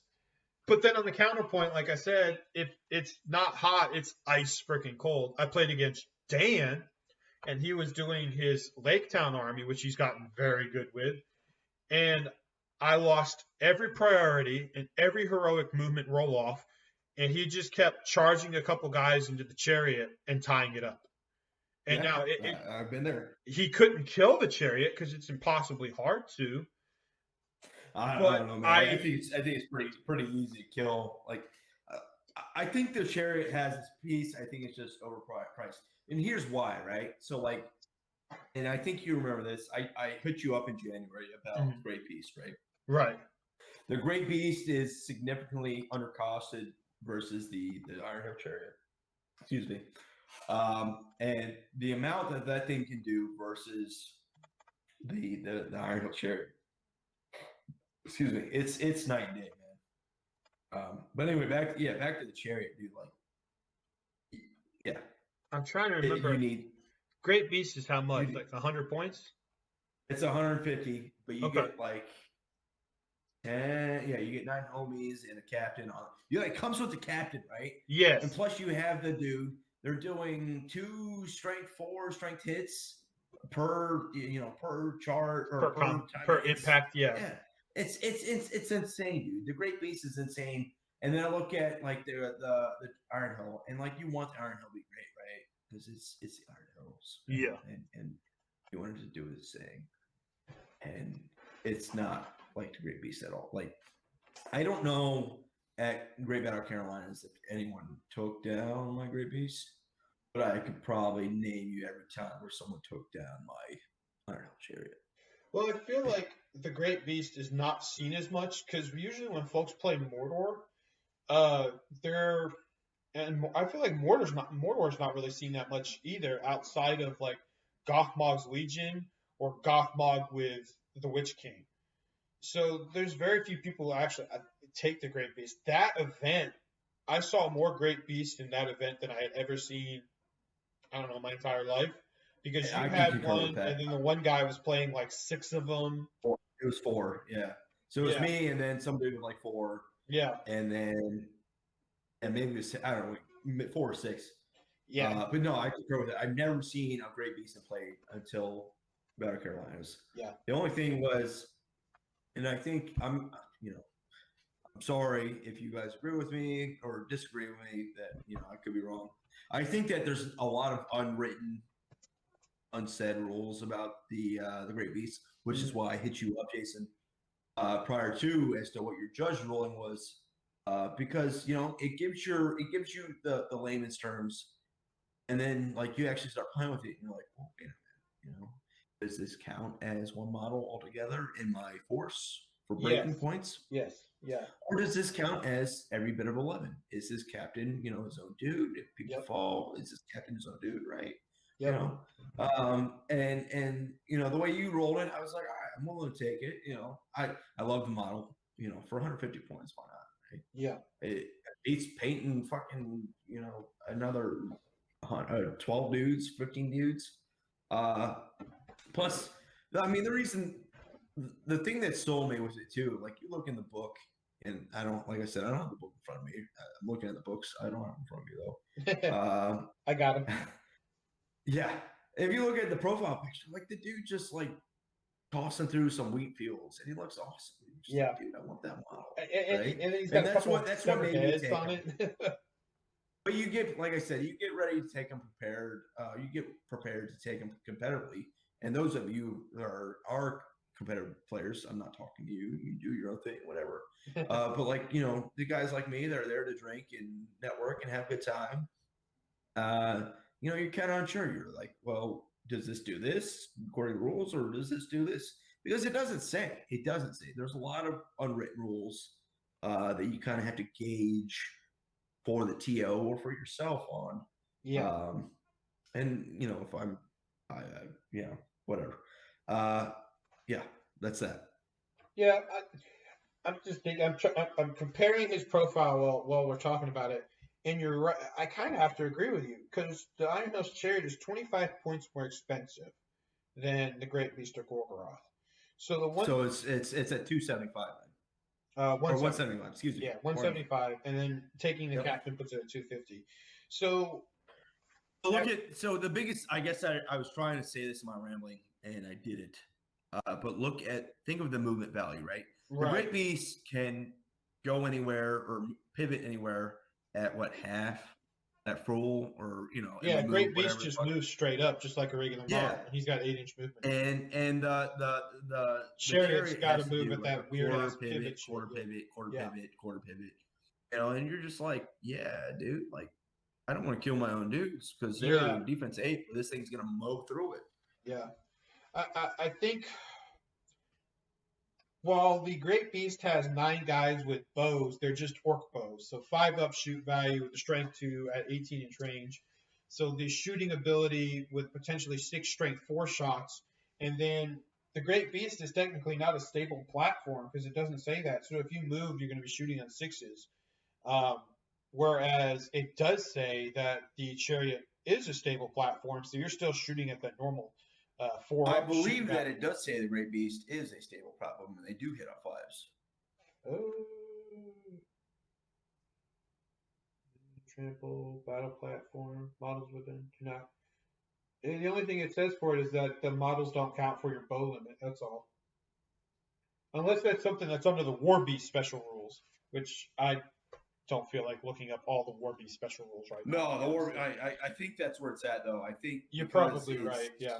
Stable platform or whatever. I think that they don't count. It's the same thing for like the dudes on the movement. On the movement. Yep, that's exactly what I was about to say. Yep. And they don't count for that either. Yeah. So I think that you're hitting. I mean, they're orc bows, right? Yeah, they're strength 2. Expecting to fucking kill Aragorn, but you might get your occasional dude here, there, or a dwarf of a game, whatever, right? Just looking at the dudes, though, you've got 11 models compared to the 4, which is the and that's my thing is like that's why I had to hit you up as a TO, right? And if we're wrong, looking back on it, whatever, right?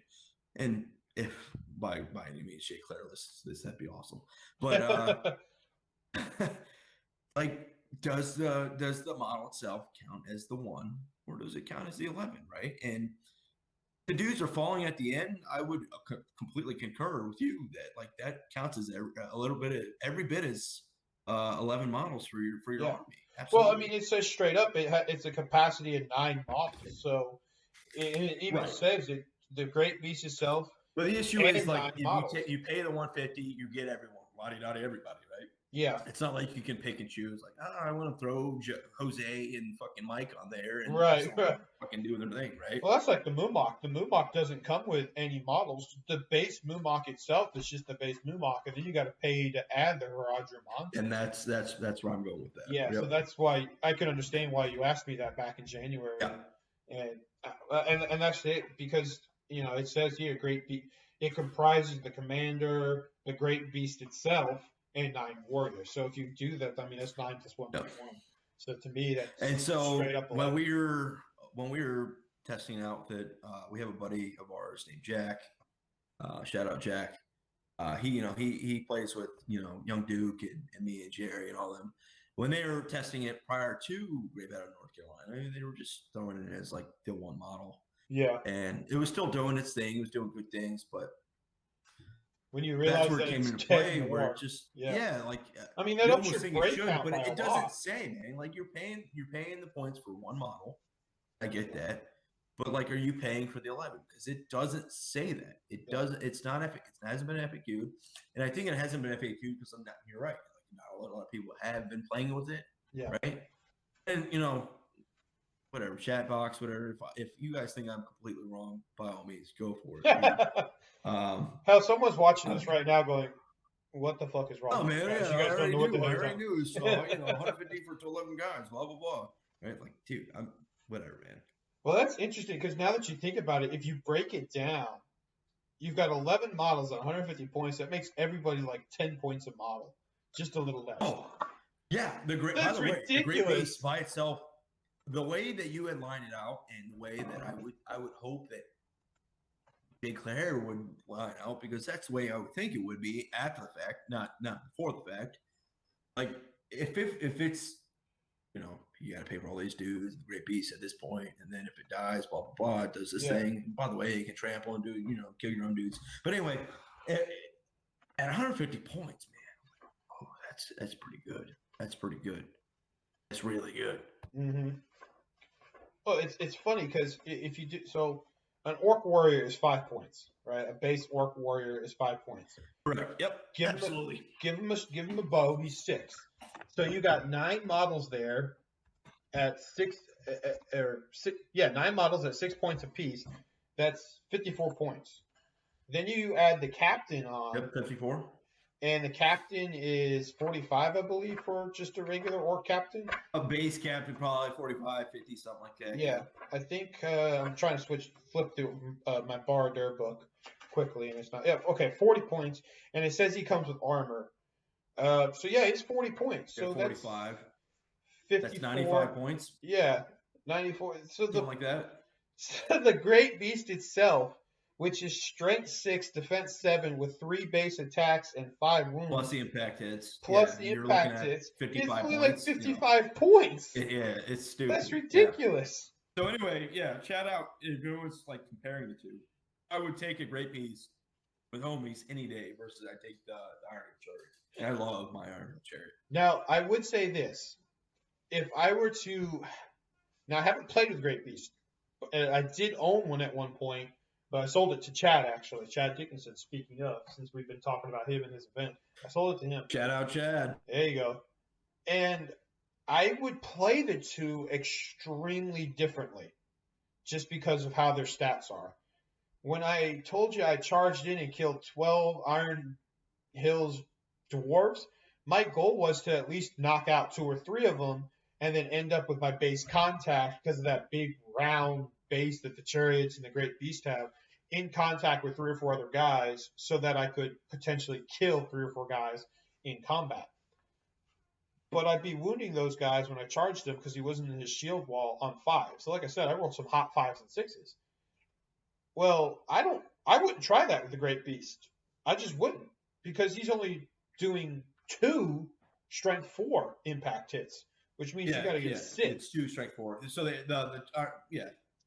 my reneging what I said earlier. It's 2 strength 6 hits for the Iron Hill Chariot, but yeah. Oh, it's 3. It's 3 strength 6 hits for the Iron Hills Chariot. Oh yeah. Either way, it's. You're right. No, what I'm saying is you're right. Right. So like the Great Beast does the 2 strength 4. Every time it's strength 6. Man, it's came in. What is strength 6? The Great Beast does 2 strength 6 hits. Okay, all right. So that's Wow. that's what I'm getting at, right? So like it's money, man, and it doesn't have to do the pivot thing that you have to do and do the honor thing for the chariot, right? Yeah. Like the beast it's worth its money. The only thing is, like I'd say, is depending on the TO, depending where you're at, do your thing, right? It needs to be FAQ, right? It needs to be said exactly what's going on. Shout out Warhammer team, whatever, do your thing, because it's very open ended, and you can draw at least 3 conclusions when you're reading the list. Like I said, have at it, do whatever you want, say whatever you want, right? That's where I came off with that. Anyway, well, I think, look, if they can make an FAQ and answer the question, does Eowyn get this because she's a girl and not a, that was the stupidest FAQ. And I'm just gonna say that was, and I thought they were gonna FAQ the Watcher. I wasn't sure if the Beast was there yet. I thought for sure the ball. Hadn't COVID not happened, I think the Watcher would have gotten FAQ'd. Yeah, because that hat trick that's going on with it. But I think, so the Dwarf Ballista, they actually in the FAQs explained how it works. So the Dwarf Ballista is a line of sight shot. So if it works the same, it's just worth more now, right? Like, so it went from 90 to 125, 130, something like that.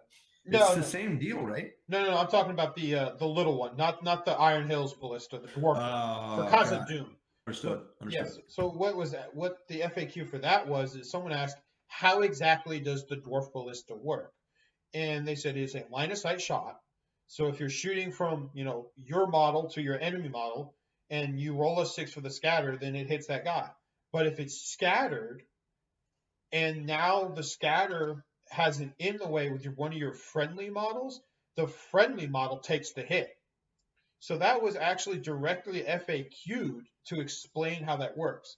So whilst, again, like you're saying, some people out here are probably going, well, this is pretty freaking simple, dude. It says 9 models plus the Great Beast plus the Captain. No, I don't have a Harvard degree either, man. So yeah, me neither. But if you guys think that like something simple, by all means, just but my point is, like, if they can go out of their way to make an FAQ saying that Eowyn is still a man, even though she's a woman, then they could easily put something in there saying, yes, it's 11 models because the 9 individual models are warriors, and then they can. Yeah, I can completely agree with that point. I mean, the fact that it did come up and was asked, yeah, I had one guy that played like the 5 or 6 of them asked the same question. By the way.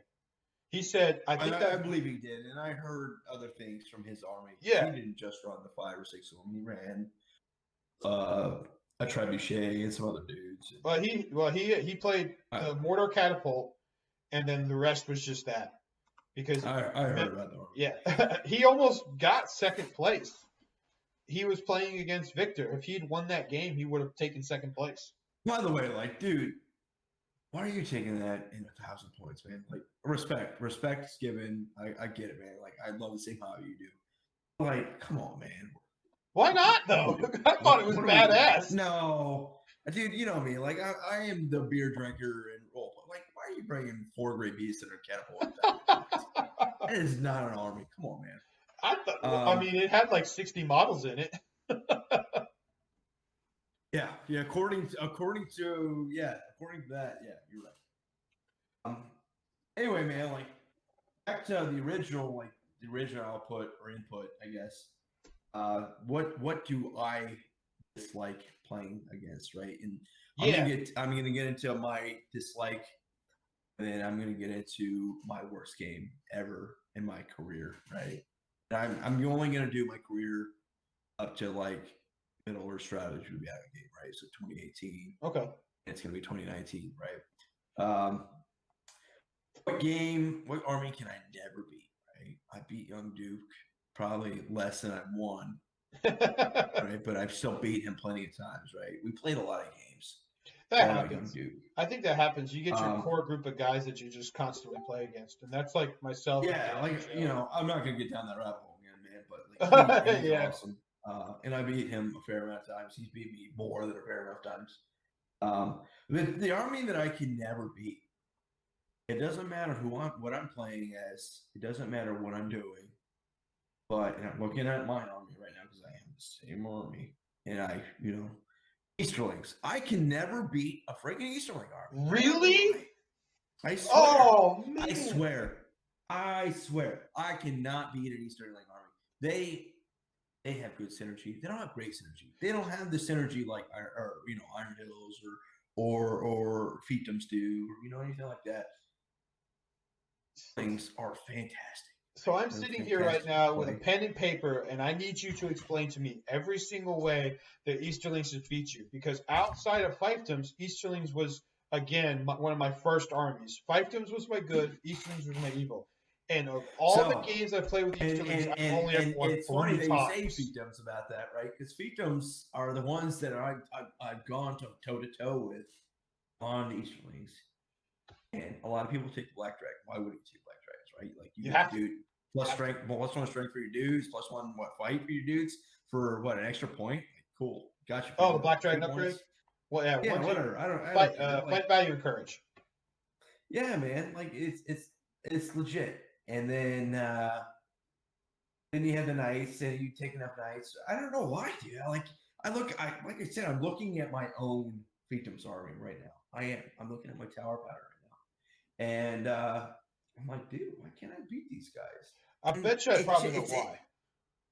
Why? What you got going on? So, like I said, I played Easterlings a lot, and I can remember every single win I've had with them because there's only been 3.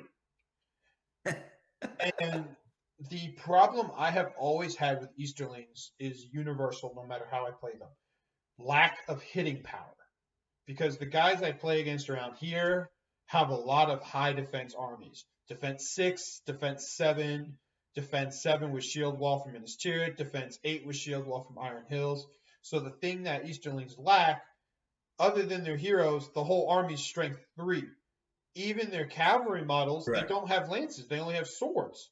So even if you're charging in there and winning, you're 1 cavalry guy against 1 infantry guy. If he's defense 6, you charge in and win and knock him prone. You still need 6s to wound.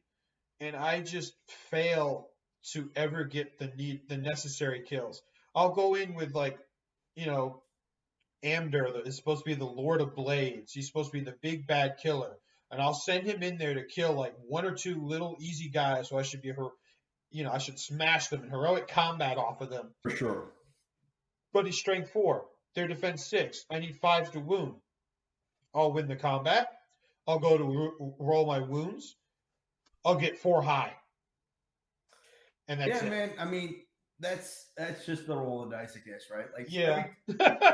My dice never roll. I think all the armies I've been through, my Fiefdoms have been, the guys who have been trucking on, right? Yeah. I've never been a game against Fiefdoms or against Easterlings. But with that, right, they have a lot of stuff going on. Yeah. Not only the Black Dragons, but the Blood and Glory, and then the whatever other crap that their leadership can do, right? And you look at the Dragon Knight, he's not that powerful, but against Fiefdoms, he's pretty scary, right? Well, and that's why you said you play that against you play your Fiefdoms all on foot, right? And I saw your battle report. From what I remember seeing, you had a lot of you don't have a lot of Knights of Dol Amroth on foot, do you?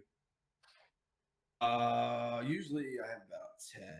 10 really? On foot, 2 on horse. Okay, but you got a lot of men at arms and the Clansmen of Lambden and Axemen. I run a very good diverse list. So those strength 3 guys that I was just saying that do very poor against wounding defense 6 guys, against defense 5 they're wounding on 5s. Yeah, so sure. They're going to kill that kind of stuff a lot easier. And if you have a very diverse fiefdoms list, which I think you have to in order to maximize the synergy, an Easterling army would, they would go to town eating the Clansmen of Lambden at defense 4 and the Axemen of Losnorak at defense 5. So, hey man, don't sleep on Clansmen. Klansmen are they're the ones amazing. that are usually one of the last ones. They're can openers. They are absolute Oh, cannibals. they're fantastic. Like when you lose, like all right, you might as well just start pulling them away. Don't even Yeah. wait for your buddy to roll, right? But like When you if win, you're winning combat, they're doing their yeah. thing. I like to try and get Uh, a clansman with 2 men-at-arms supporting, so that way I have 2 extra dice to kind of negate that -1 that I'm having from the clansman. And of course, if you roll a 6 with them, it doesn't matter. So boom. but yeah, so that's my. I don't know if I've ever beaten So Easterling Army, Easterlings. Well, apparently you need to play but Mono yeah, because you'll win. but my worst game I've ever played. Man, it was bad. Was for round 1 of Nova 2019. And shout out Alex Wright. He's building my home Yeah. table right now as we speak. Alex Wright, he's awesome. He Wright tables. You guys don't know him, check him out. Right, wargaming terrain. Yep. There you go. So I play Alex Wright, and I'm playing my Fiefdoms, right? I brought my Fiefdoms Nova 2019. And he's playing his what did he bring? He brought his the army that you brought in North Carolina in Asheville. I'm drawing blank right now, man. Oh, the Legendary Legion of Famers Rangers? Yeah, the Rangers Civilian, right? He brings Rangers Civilian, which if you roll a Maelstrom, you're like praying. You're like, oh hell yeah, brother. So we played Maelstrom first mission, and Fiefdoms not good. Maelstrom, no shout out, right? And he was a good spirit, man. Alex, sweet guy. I love Alex, but man, he let me have it. Holy cow, did he let me have it? It went down to probably like turn, one of the last turns where it was kind of like even edge, like this could go this way, and then he was just like, oh, you thought it was going this way. Let me turn this fucking pawn upside down and just f you. And that's what happened, yeah, and. Like I said, shout out, dude. He was doing the same, man. Do your thing, Alex.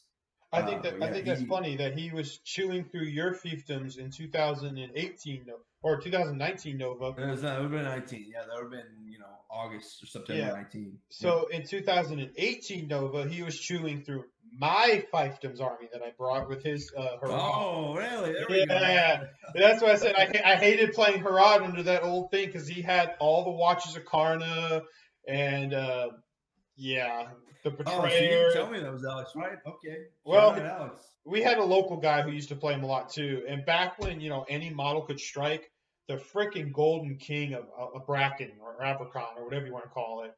Oh, I hated that model. It was just a nightmare to fight. But Alex, you said he's a great guy. He's a nice guy. Probably one of the most laid Oh, back dude, dudes I've ever he's played. fantastic. And Am I not on? no, Can you're you hear good. me? You're good. Yeah, All he right. thoroughly kicked my butt, and I didn't even care because he was so chill about it. Yeah, man. Like I said, like, dude, like we were playing this game, and he's just like, yeah, it was Maelstrom, right? But like, this wasn't like your typical Maelstrom. Like, let's meet in the middle and then duke it out. No, like, Yeah, obviously Maelstrom in the middle, like do your thing. But like, we had our fights on the outside, blah blah. And then I brought in Emer Hill and his homies, his 18 dudes in the middle. And I'm like, oh yeah, you can kill the rest of them, blah blah blah.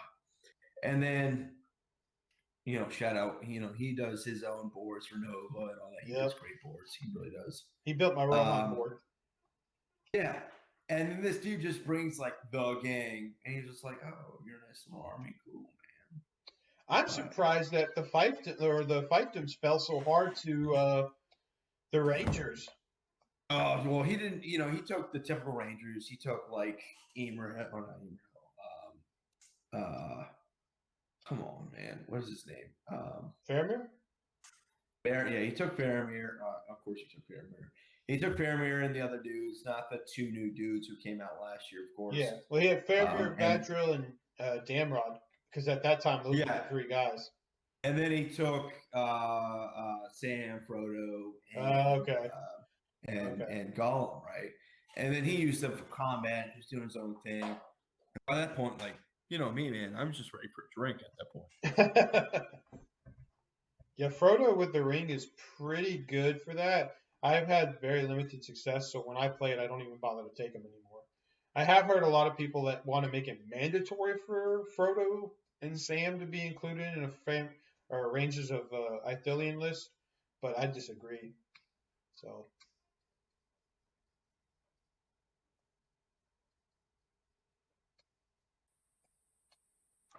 You hear me? You good? yep, I hear you now. Well, I think that if you're going to take them, right, and you're not going to, just spam the Rangers. I think you spam out at like what 600 now or something like that. Mm-hmm. I think if you're going to take them, you're going to take Frodo. It might need to be mandatory for the other two, but I couldn't see how you would just take the other two and not Frodo. And I could be wrong. Maybe it says that now, but who knows? Well, I played it at that escalation event, and I think that event was actually custom. I wouldn't say it's custom, but I think it was more tailored to the Rangers of Ithilien. Because a lot of people are like, oh, Rangers of Ithilien, they're so OP, they're so OP. I'm like, dude, do you even know how to play the game? I mean, not to be an ass or anything, but their strength 2 bows with defense 4 models that move 6 inches and you have no march. So even if you're playing a game like To the Death, where you're starting way across the board, just march at your opponent, and as soon as you're in combat, oh hey, they're good, so they can't shoot into combat anyway. Oh yeah, no, I agree with that. So I mean, I took them. You're all like crap trash, though. You're gonna be a sad panda, but whatever. That's the game, though, right? That's why we drink. I mean, there's defense 6 or defense 7 or defense 8 armies aren't going to give a rat's butt about their strength 2 bows. No, the only thing they're gonna get rat's butt about is like when you actually make a kill. You're like, what the hell, man? Yeah. What's going on? So I mean, like when I played them, they were. I'm trying to remember how many models I had, and I'm drawing a blank. I think I maxed out. I had 61. Did you not play against Jerry? And you were talking about Chad's tournament, right? Did you not play against Jerry? I did not. I played against I'm drawing a blank. Raymond Bolton from Chicago area in round 1. He's someone I challenged because him and I played against each other at March on Music City in 2019. And he's a good player and a great friend and he's one of those great guys. He's just there to have fun and laid back. And I played him in round 1. Round 2 was against the Great Beast of Gorgoroth guy from Great Battles, Carolina. Only this time he had the Black Riders. And then round 3 was against. Oh, that was him. You're right, dude. I could not picture because I was talking to Jerry about both dudes as like they were separate dudes. And you're right, they were the same dude. Yeah, he's a Carolinas dude too. Matt Scott and him, Steven Kinsler is his name. They both kind of came together. So I was actually lucky because I was almost not about to play at Dry Falls because somebody dropped out and there was an odd number. And then Steven was able to sign up like a day before. No, that was Josh Parrish, wasn't it? That we got him to join, the new guy? Maybe. I thought it was Steven. I don't know. I've heard so many different things. I'm just here, man. I don't know.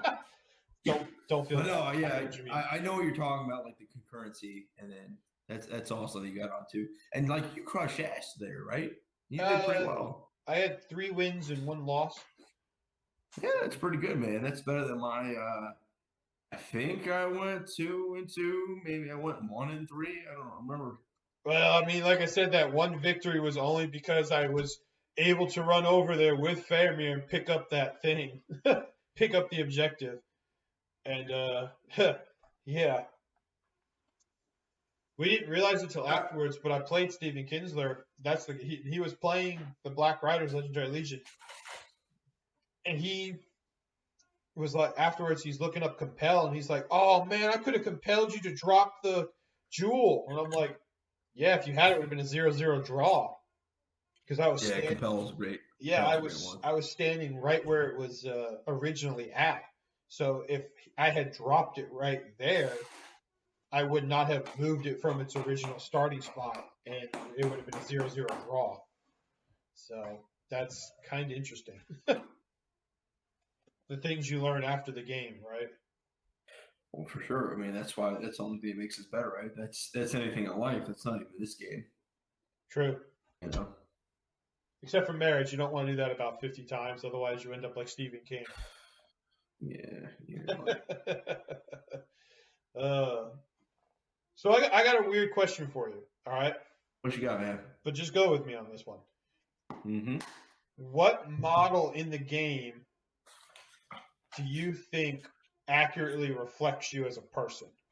Not what model you wish you were, but like looking at a model and like their statistics, which one do you think reflects you? And I know this is going to be a hard one, so you think about it for a minute. Unless one just kind of jumps out at you. I already know, man. Go for it. I'm gonna go with what's his nuts? One of the Hobbit guys, the fat dude. That's gonna be me. Freddie Bulger? For sure. Eddie Bulger. There you go. Yeah. That's awesome. Nah, man. I wish I would. Dude, when I retire from the military, I'm definitely getting like that shout out. If anyone who follows this or me and 13, I can retire. I don't know what, 10, 9 years, whatever. Anyway, anyone who can do this in that amount of time, that's who I wish to be. I just want to keep doing this and all that. As far as like the real question, like we're talking about hero models, right? We're not like just saying, oh yeah, blah blah blah, you model this guy. I don't know, man. I know it's a tough one, isn't it? Dude. All right, let me hear yours and I'll get back to it, I guess. All right, so this one might surprise you, but I've got my reasons why. And it's actually a Fifedom's hero. And no, it's not Immerhill. But I think Dune here is actually a good, accurate, reflection of who I am.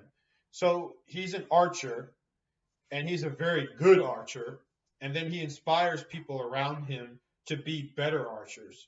So the reason he probably produces the best archers in the game. There you go. Let's be honest. So the reason I say that is like we talked about we have our houses and we have our hobby rooms. So I live on 8 acres of land, and I'm actually looking to in the future expand it. But I've already built a gun range, and I'm big into shooting, big into guns, love my 2A, and I've actually over the summer during all this COVID crap taken a number of people and brought them to my house and to my gun range, and I've taught them to shoot. Because with the world going as crazy as it was, a lot of people were like, I bought a gun, but I don't know even how to hold it. So I had my friend come over. I had my friend's mother and brother and sister come over. I had a coworker come over. I got buddies from prior jobs coming over. And, I mean, there was a day where we lined up three shooting targets, pulled out 2 tables, and just, I've got everything. I've got shotguns, I've got long guns, I've got handguns. And I just spent half an hour like, this is a firearm. This is how it works. And then teaching them how to shoot the way I was taught in the military. And I mean, I'm not perfect, but the first time I shot a handgun was in the military at 21 years of age, and I made sharpshooter with it. So I taught them what I was taught. And it was funny because I was sitting there and I'm shooting and I'm watching my friend shoot, and he's shooting all wrong.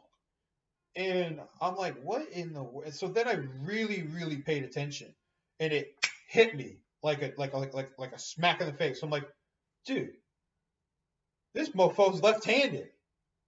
So I told him to switch his grip and look through his other eye, and he went from maybe getting close, like hitting around the target, to actually nailing the bullseye. So, you good?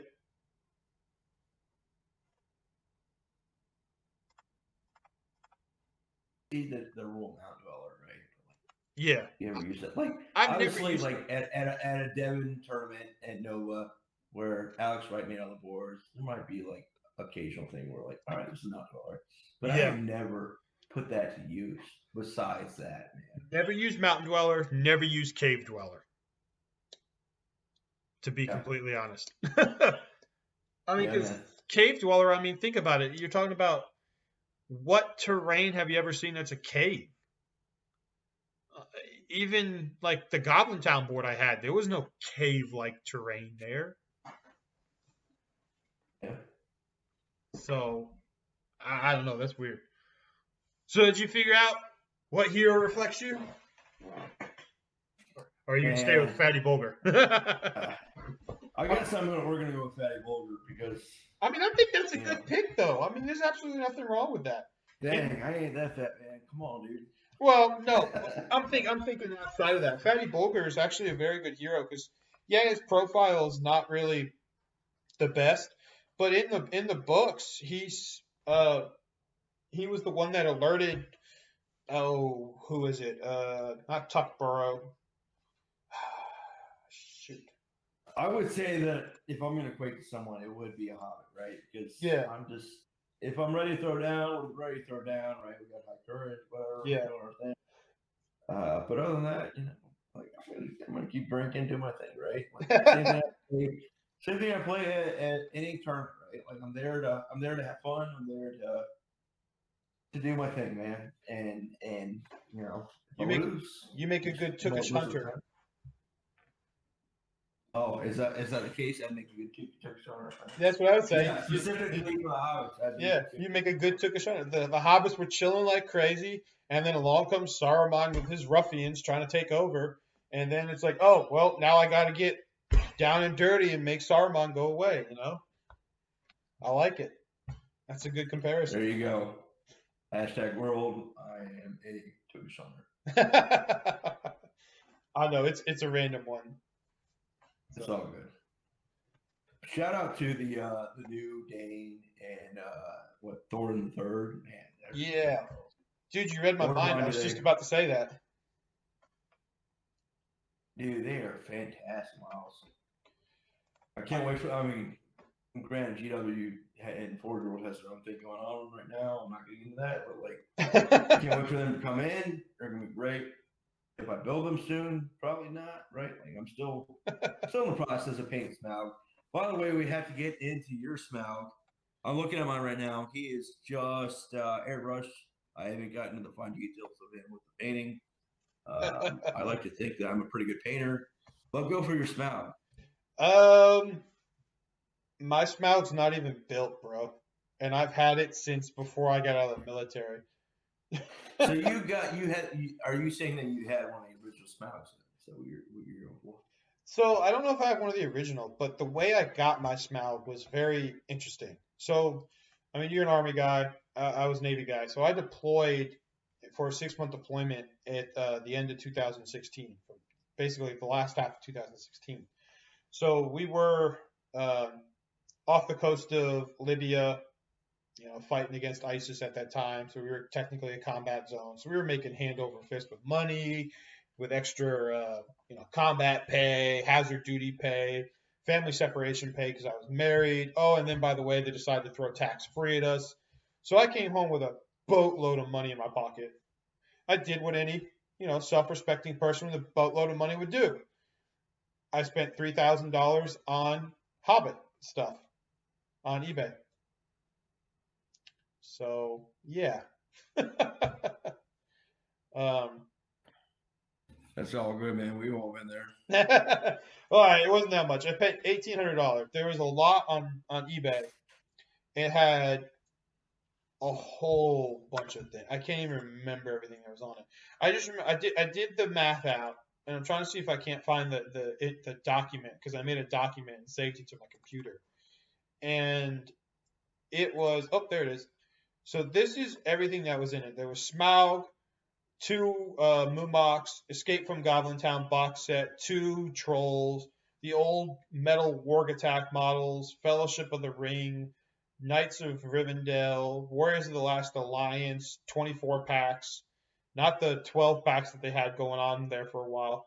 I'm not even going to read through the rest of this, but it's just too much shit. So I paid $1,700, and the resale price that I came up with was like $2,600. So I kept $1,000 of it, including Smaug, which at that time he was only like $490, not the ridiculous $560 that he is now, and sold back enough stuff to get $1,100 back. So of the 1,700 I spent, I made 1,100 back and kept how much did I keep? Another $1,000 worth of stuff that I grew my collection with. So that was how I attained Smaug, through a lot of money spent, and my wife was pissed. Yeah, I understand that, man. I was lucky enough for my wife to make the Spurs this past year, and she bought me Smaug, and it came in probably right around January 1st, man. And I let him soak for a week, and I primed him, I painted him, well, airbrushed him, and he's been sitting from the airbrush since. I mean, far away, he looks he needs to be, I guess, but he's not to me my standard. Let's put it that way. Well, it sounds to me like you got a better. So, walk me through your process for painting? You definitely sound like you do a lot more than I do. To be honest, man, I'm not. I don't really think I'm the greatest painter, but I do have standards, I guess. For painting, Well, I you got follow the third several. place, so that's not nothing to laugh at. Say again. You said you got third place at Nova for painting. That's nothing to laugh at. Oh yeah, that was 2018. That wasn't for Lord. Actually, I won third place. That would have been for a Caradrone or Overlords party bars or what it was called. I don't play OS anymore. I've never even heard of it. Yeah, so I painted an AOS ship. And honestly, like you just follow the app, you follow what G Dubs has to say, and do your thing, right? It's painting's not hard. You just have to take the time, and all your tools are there, I guess. So, do you use strictly GW paints? Because you said airbrushing. Are you using their airbrush stuff? Well, I don't. They don't do airbrush anymore. They do. Well, I guess they have airbrush paint, but like for airbrushing per se, I just started airbrushing again. I bought my own airbrush through Grex a couple months ago. Um, prior to that, man, I was just freehanding everything. I guess Okay, yeah. freehanding, yeah. I've never. I've seen a lot of people dabble with it, and a lot of folks have told me it's really useful for like if you're doing batched armies where you can just spray like a base coat in one area, or you're doing a large model like Smaug instead of having to try and do every single brush stroke and get them all to blend nicely. I've never dabbled with airbrushing, and I probably never will, to be completely honest. Yeah, airbrushing's a good tip, man. If you want a large model to look decent on the what they call the battle ready scale, yeah, airbrush is the way to go. For the smaller ones, like your 25 millimeter, your 35, your 32. I'm talking about the base here. I'm not talking about. Yeah, I don't know what the actual thing. Yeah, so we're talking about bases here. If you're running airbrush through your army, you're calling it battle ready, man. You got other things you got to do, right? There's other things that need to be done for that because I mean it looks good in the end, right? But at the point, but there's other things that need to be done to make it look at least significant. Otherwise, you just look like you ran an airbrush through your army. right. Yeah. Well, I see.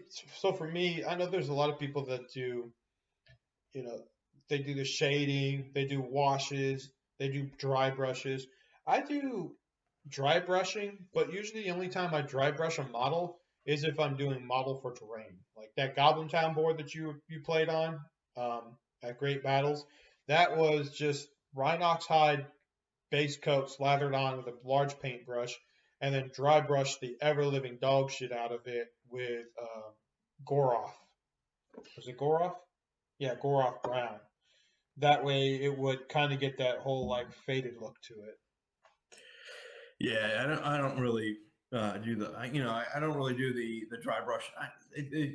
Things have moved away from the dry brushing, I guess. So like I ran through my Rohan terrain and I took a whole day of leave for that. Mm-hmm.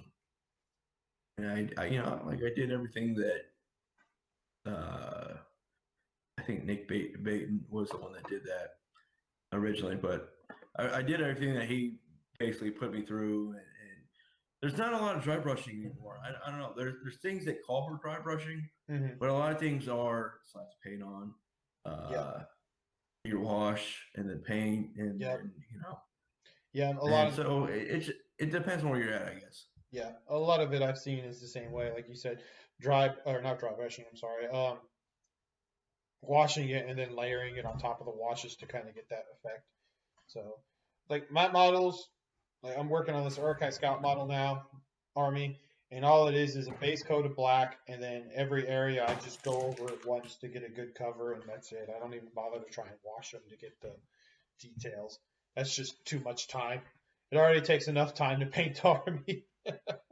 Yeah, I mean, not Lord of the Rings or Middle Earth try to that game right now, but like I'm working on some 40K models because, like I said earlier in the podcast, or the cast that I'm kind of burnt out with 40 with Lord of the Rings a little bit, so I Yeah. moved on to 40K a little bit to paint. I love Lord of the Rings. I still always will do Lord of the Rings, Yep. but just for painting circumstances, I'm trying to paint 40K right now, right? So. Yeah, man, like the dry brush is just it's not a thing in my arsenal, I guess, at the moment. I hear you. Yeah, that makes sense. Yeah, I know, and I get exactly where you're coming to when you coming from when you're talking about being burnt out on painting. So I'll go through a phase where I will go to work, come home, get cleaned up or whatever, get somewhat ready for the next day of work, and then just every waking minute after that, work on an army. And I'll do that for probably, I don't know, let's say 2 or 3 weeks. Usually the big pushes is right before an event. So right before um, the Dry Falls Auroros event, I did not have all my ranges of Ithilien or Gondor, Middle Earth Rangers painted. So I was really, really pushing to get them done, and I did get them done thankfully in time. But then for about a month after that, I didn't touch a paint or a model at all because I was just burnt out, and I just What are didn't you want to do usually it. using for your point paint though? Like, are you using Citadel, or are you going through like Vallejo? What's your average point paint choice? So I use a mixture of Citadel and then a company called Testors. I don't know if you've heard of them,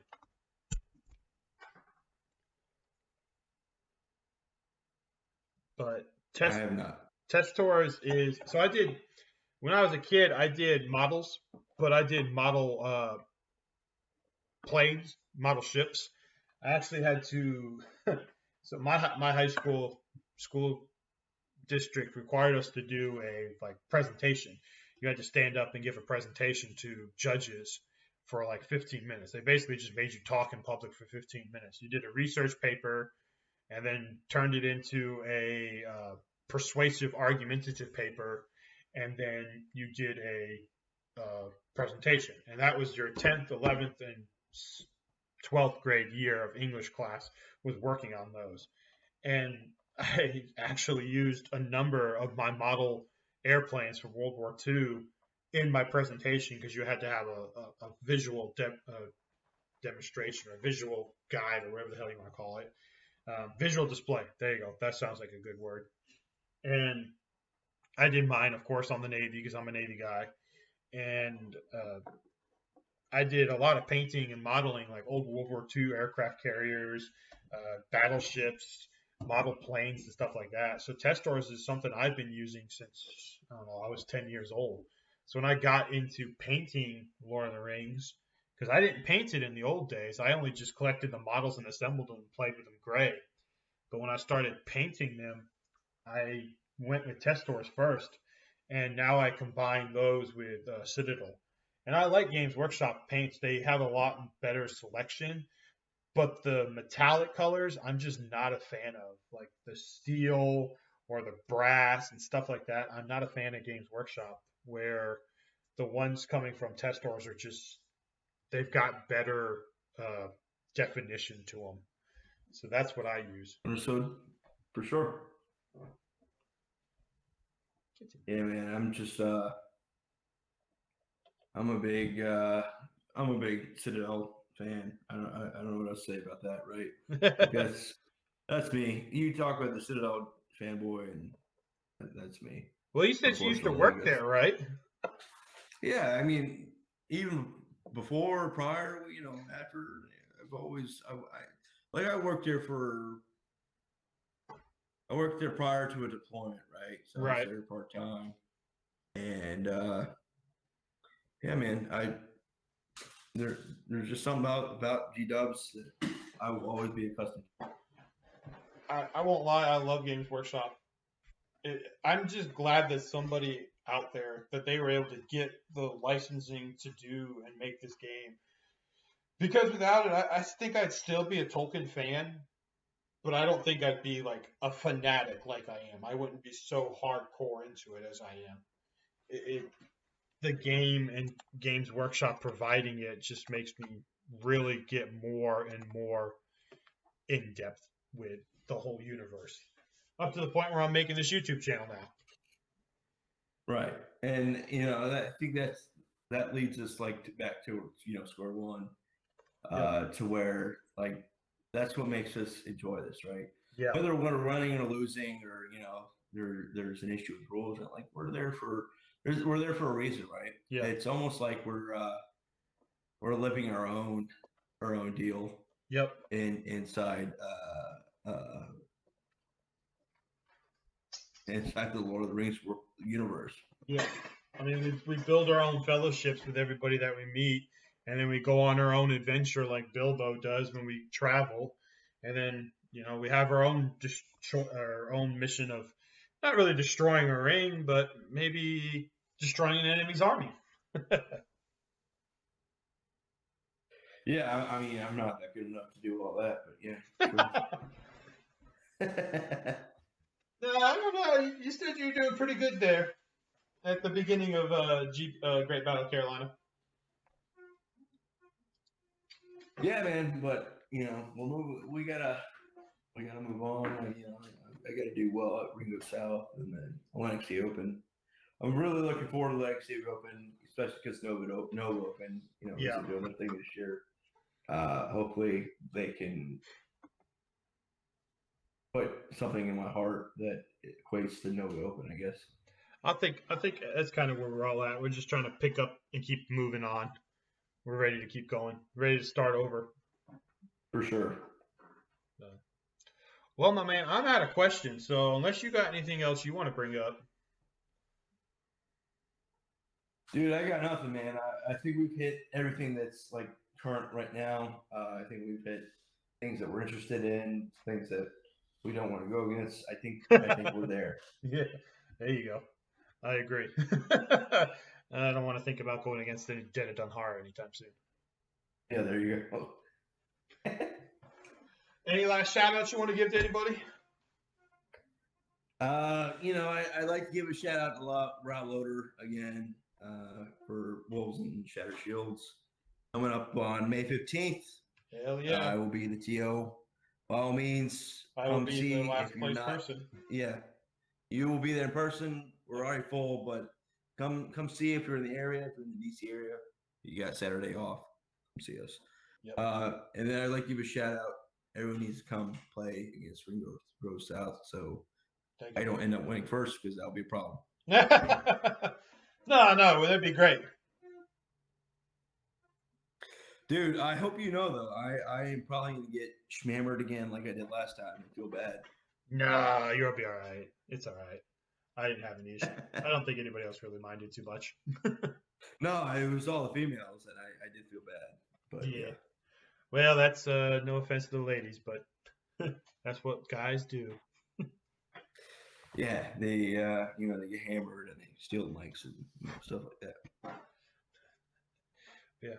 All right, guys. Well, thank you, Mike, for participating. It was great having you on here. I really appreciate you and all the time you've donated to us. No, man. Yeah, it's been great. Let me know when you need me again. Definitely. So, as always, Tolkien Fanatics, take care out there. Be safe. Enjoy your hobby as much as you can. and I will see you next time on another video. Take care. Absolutely.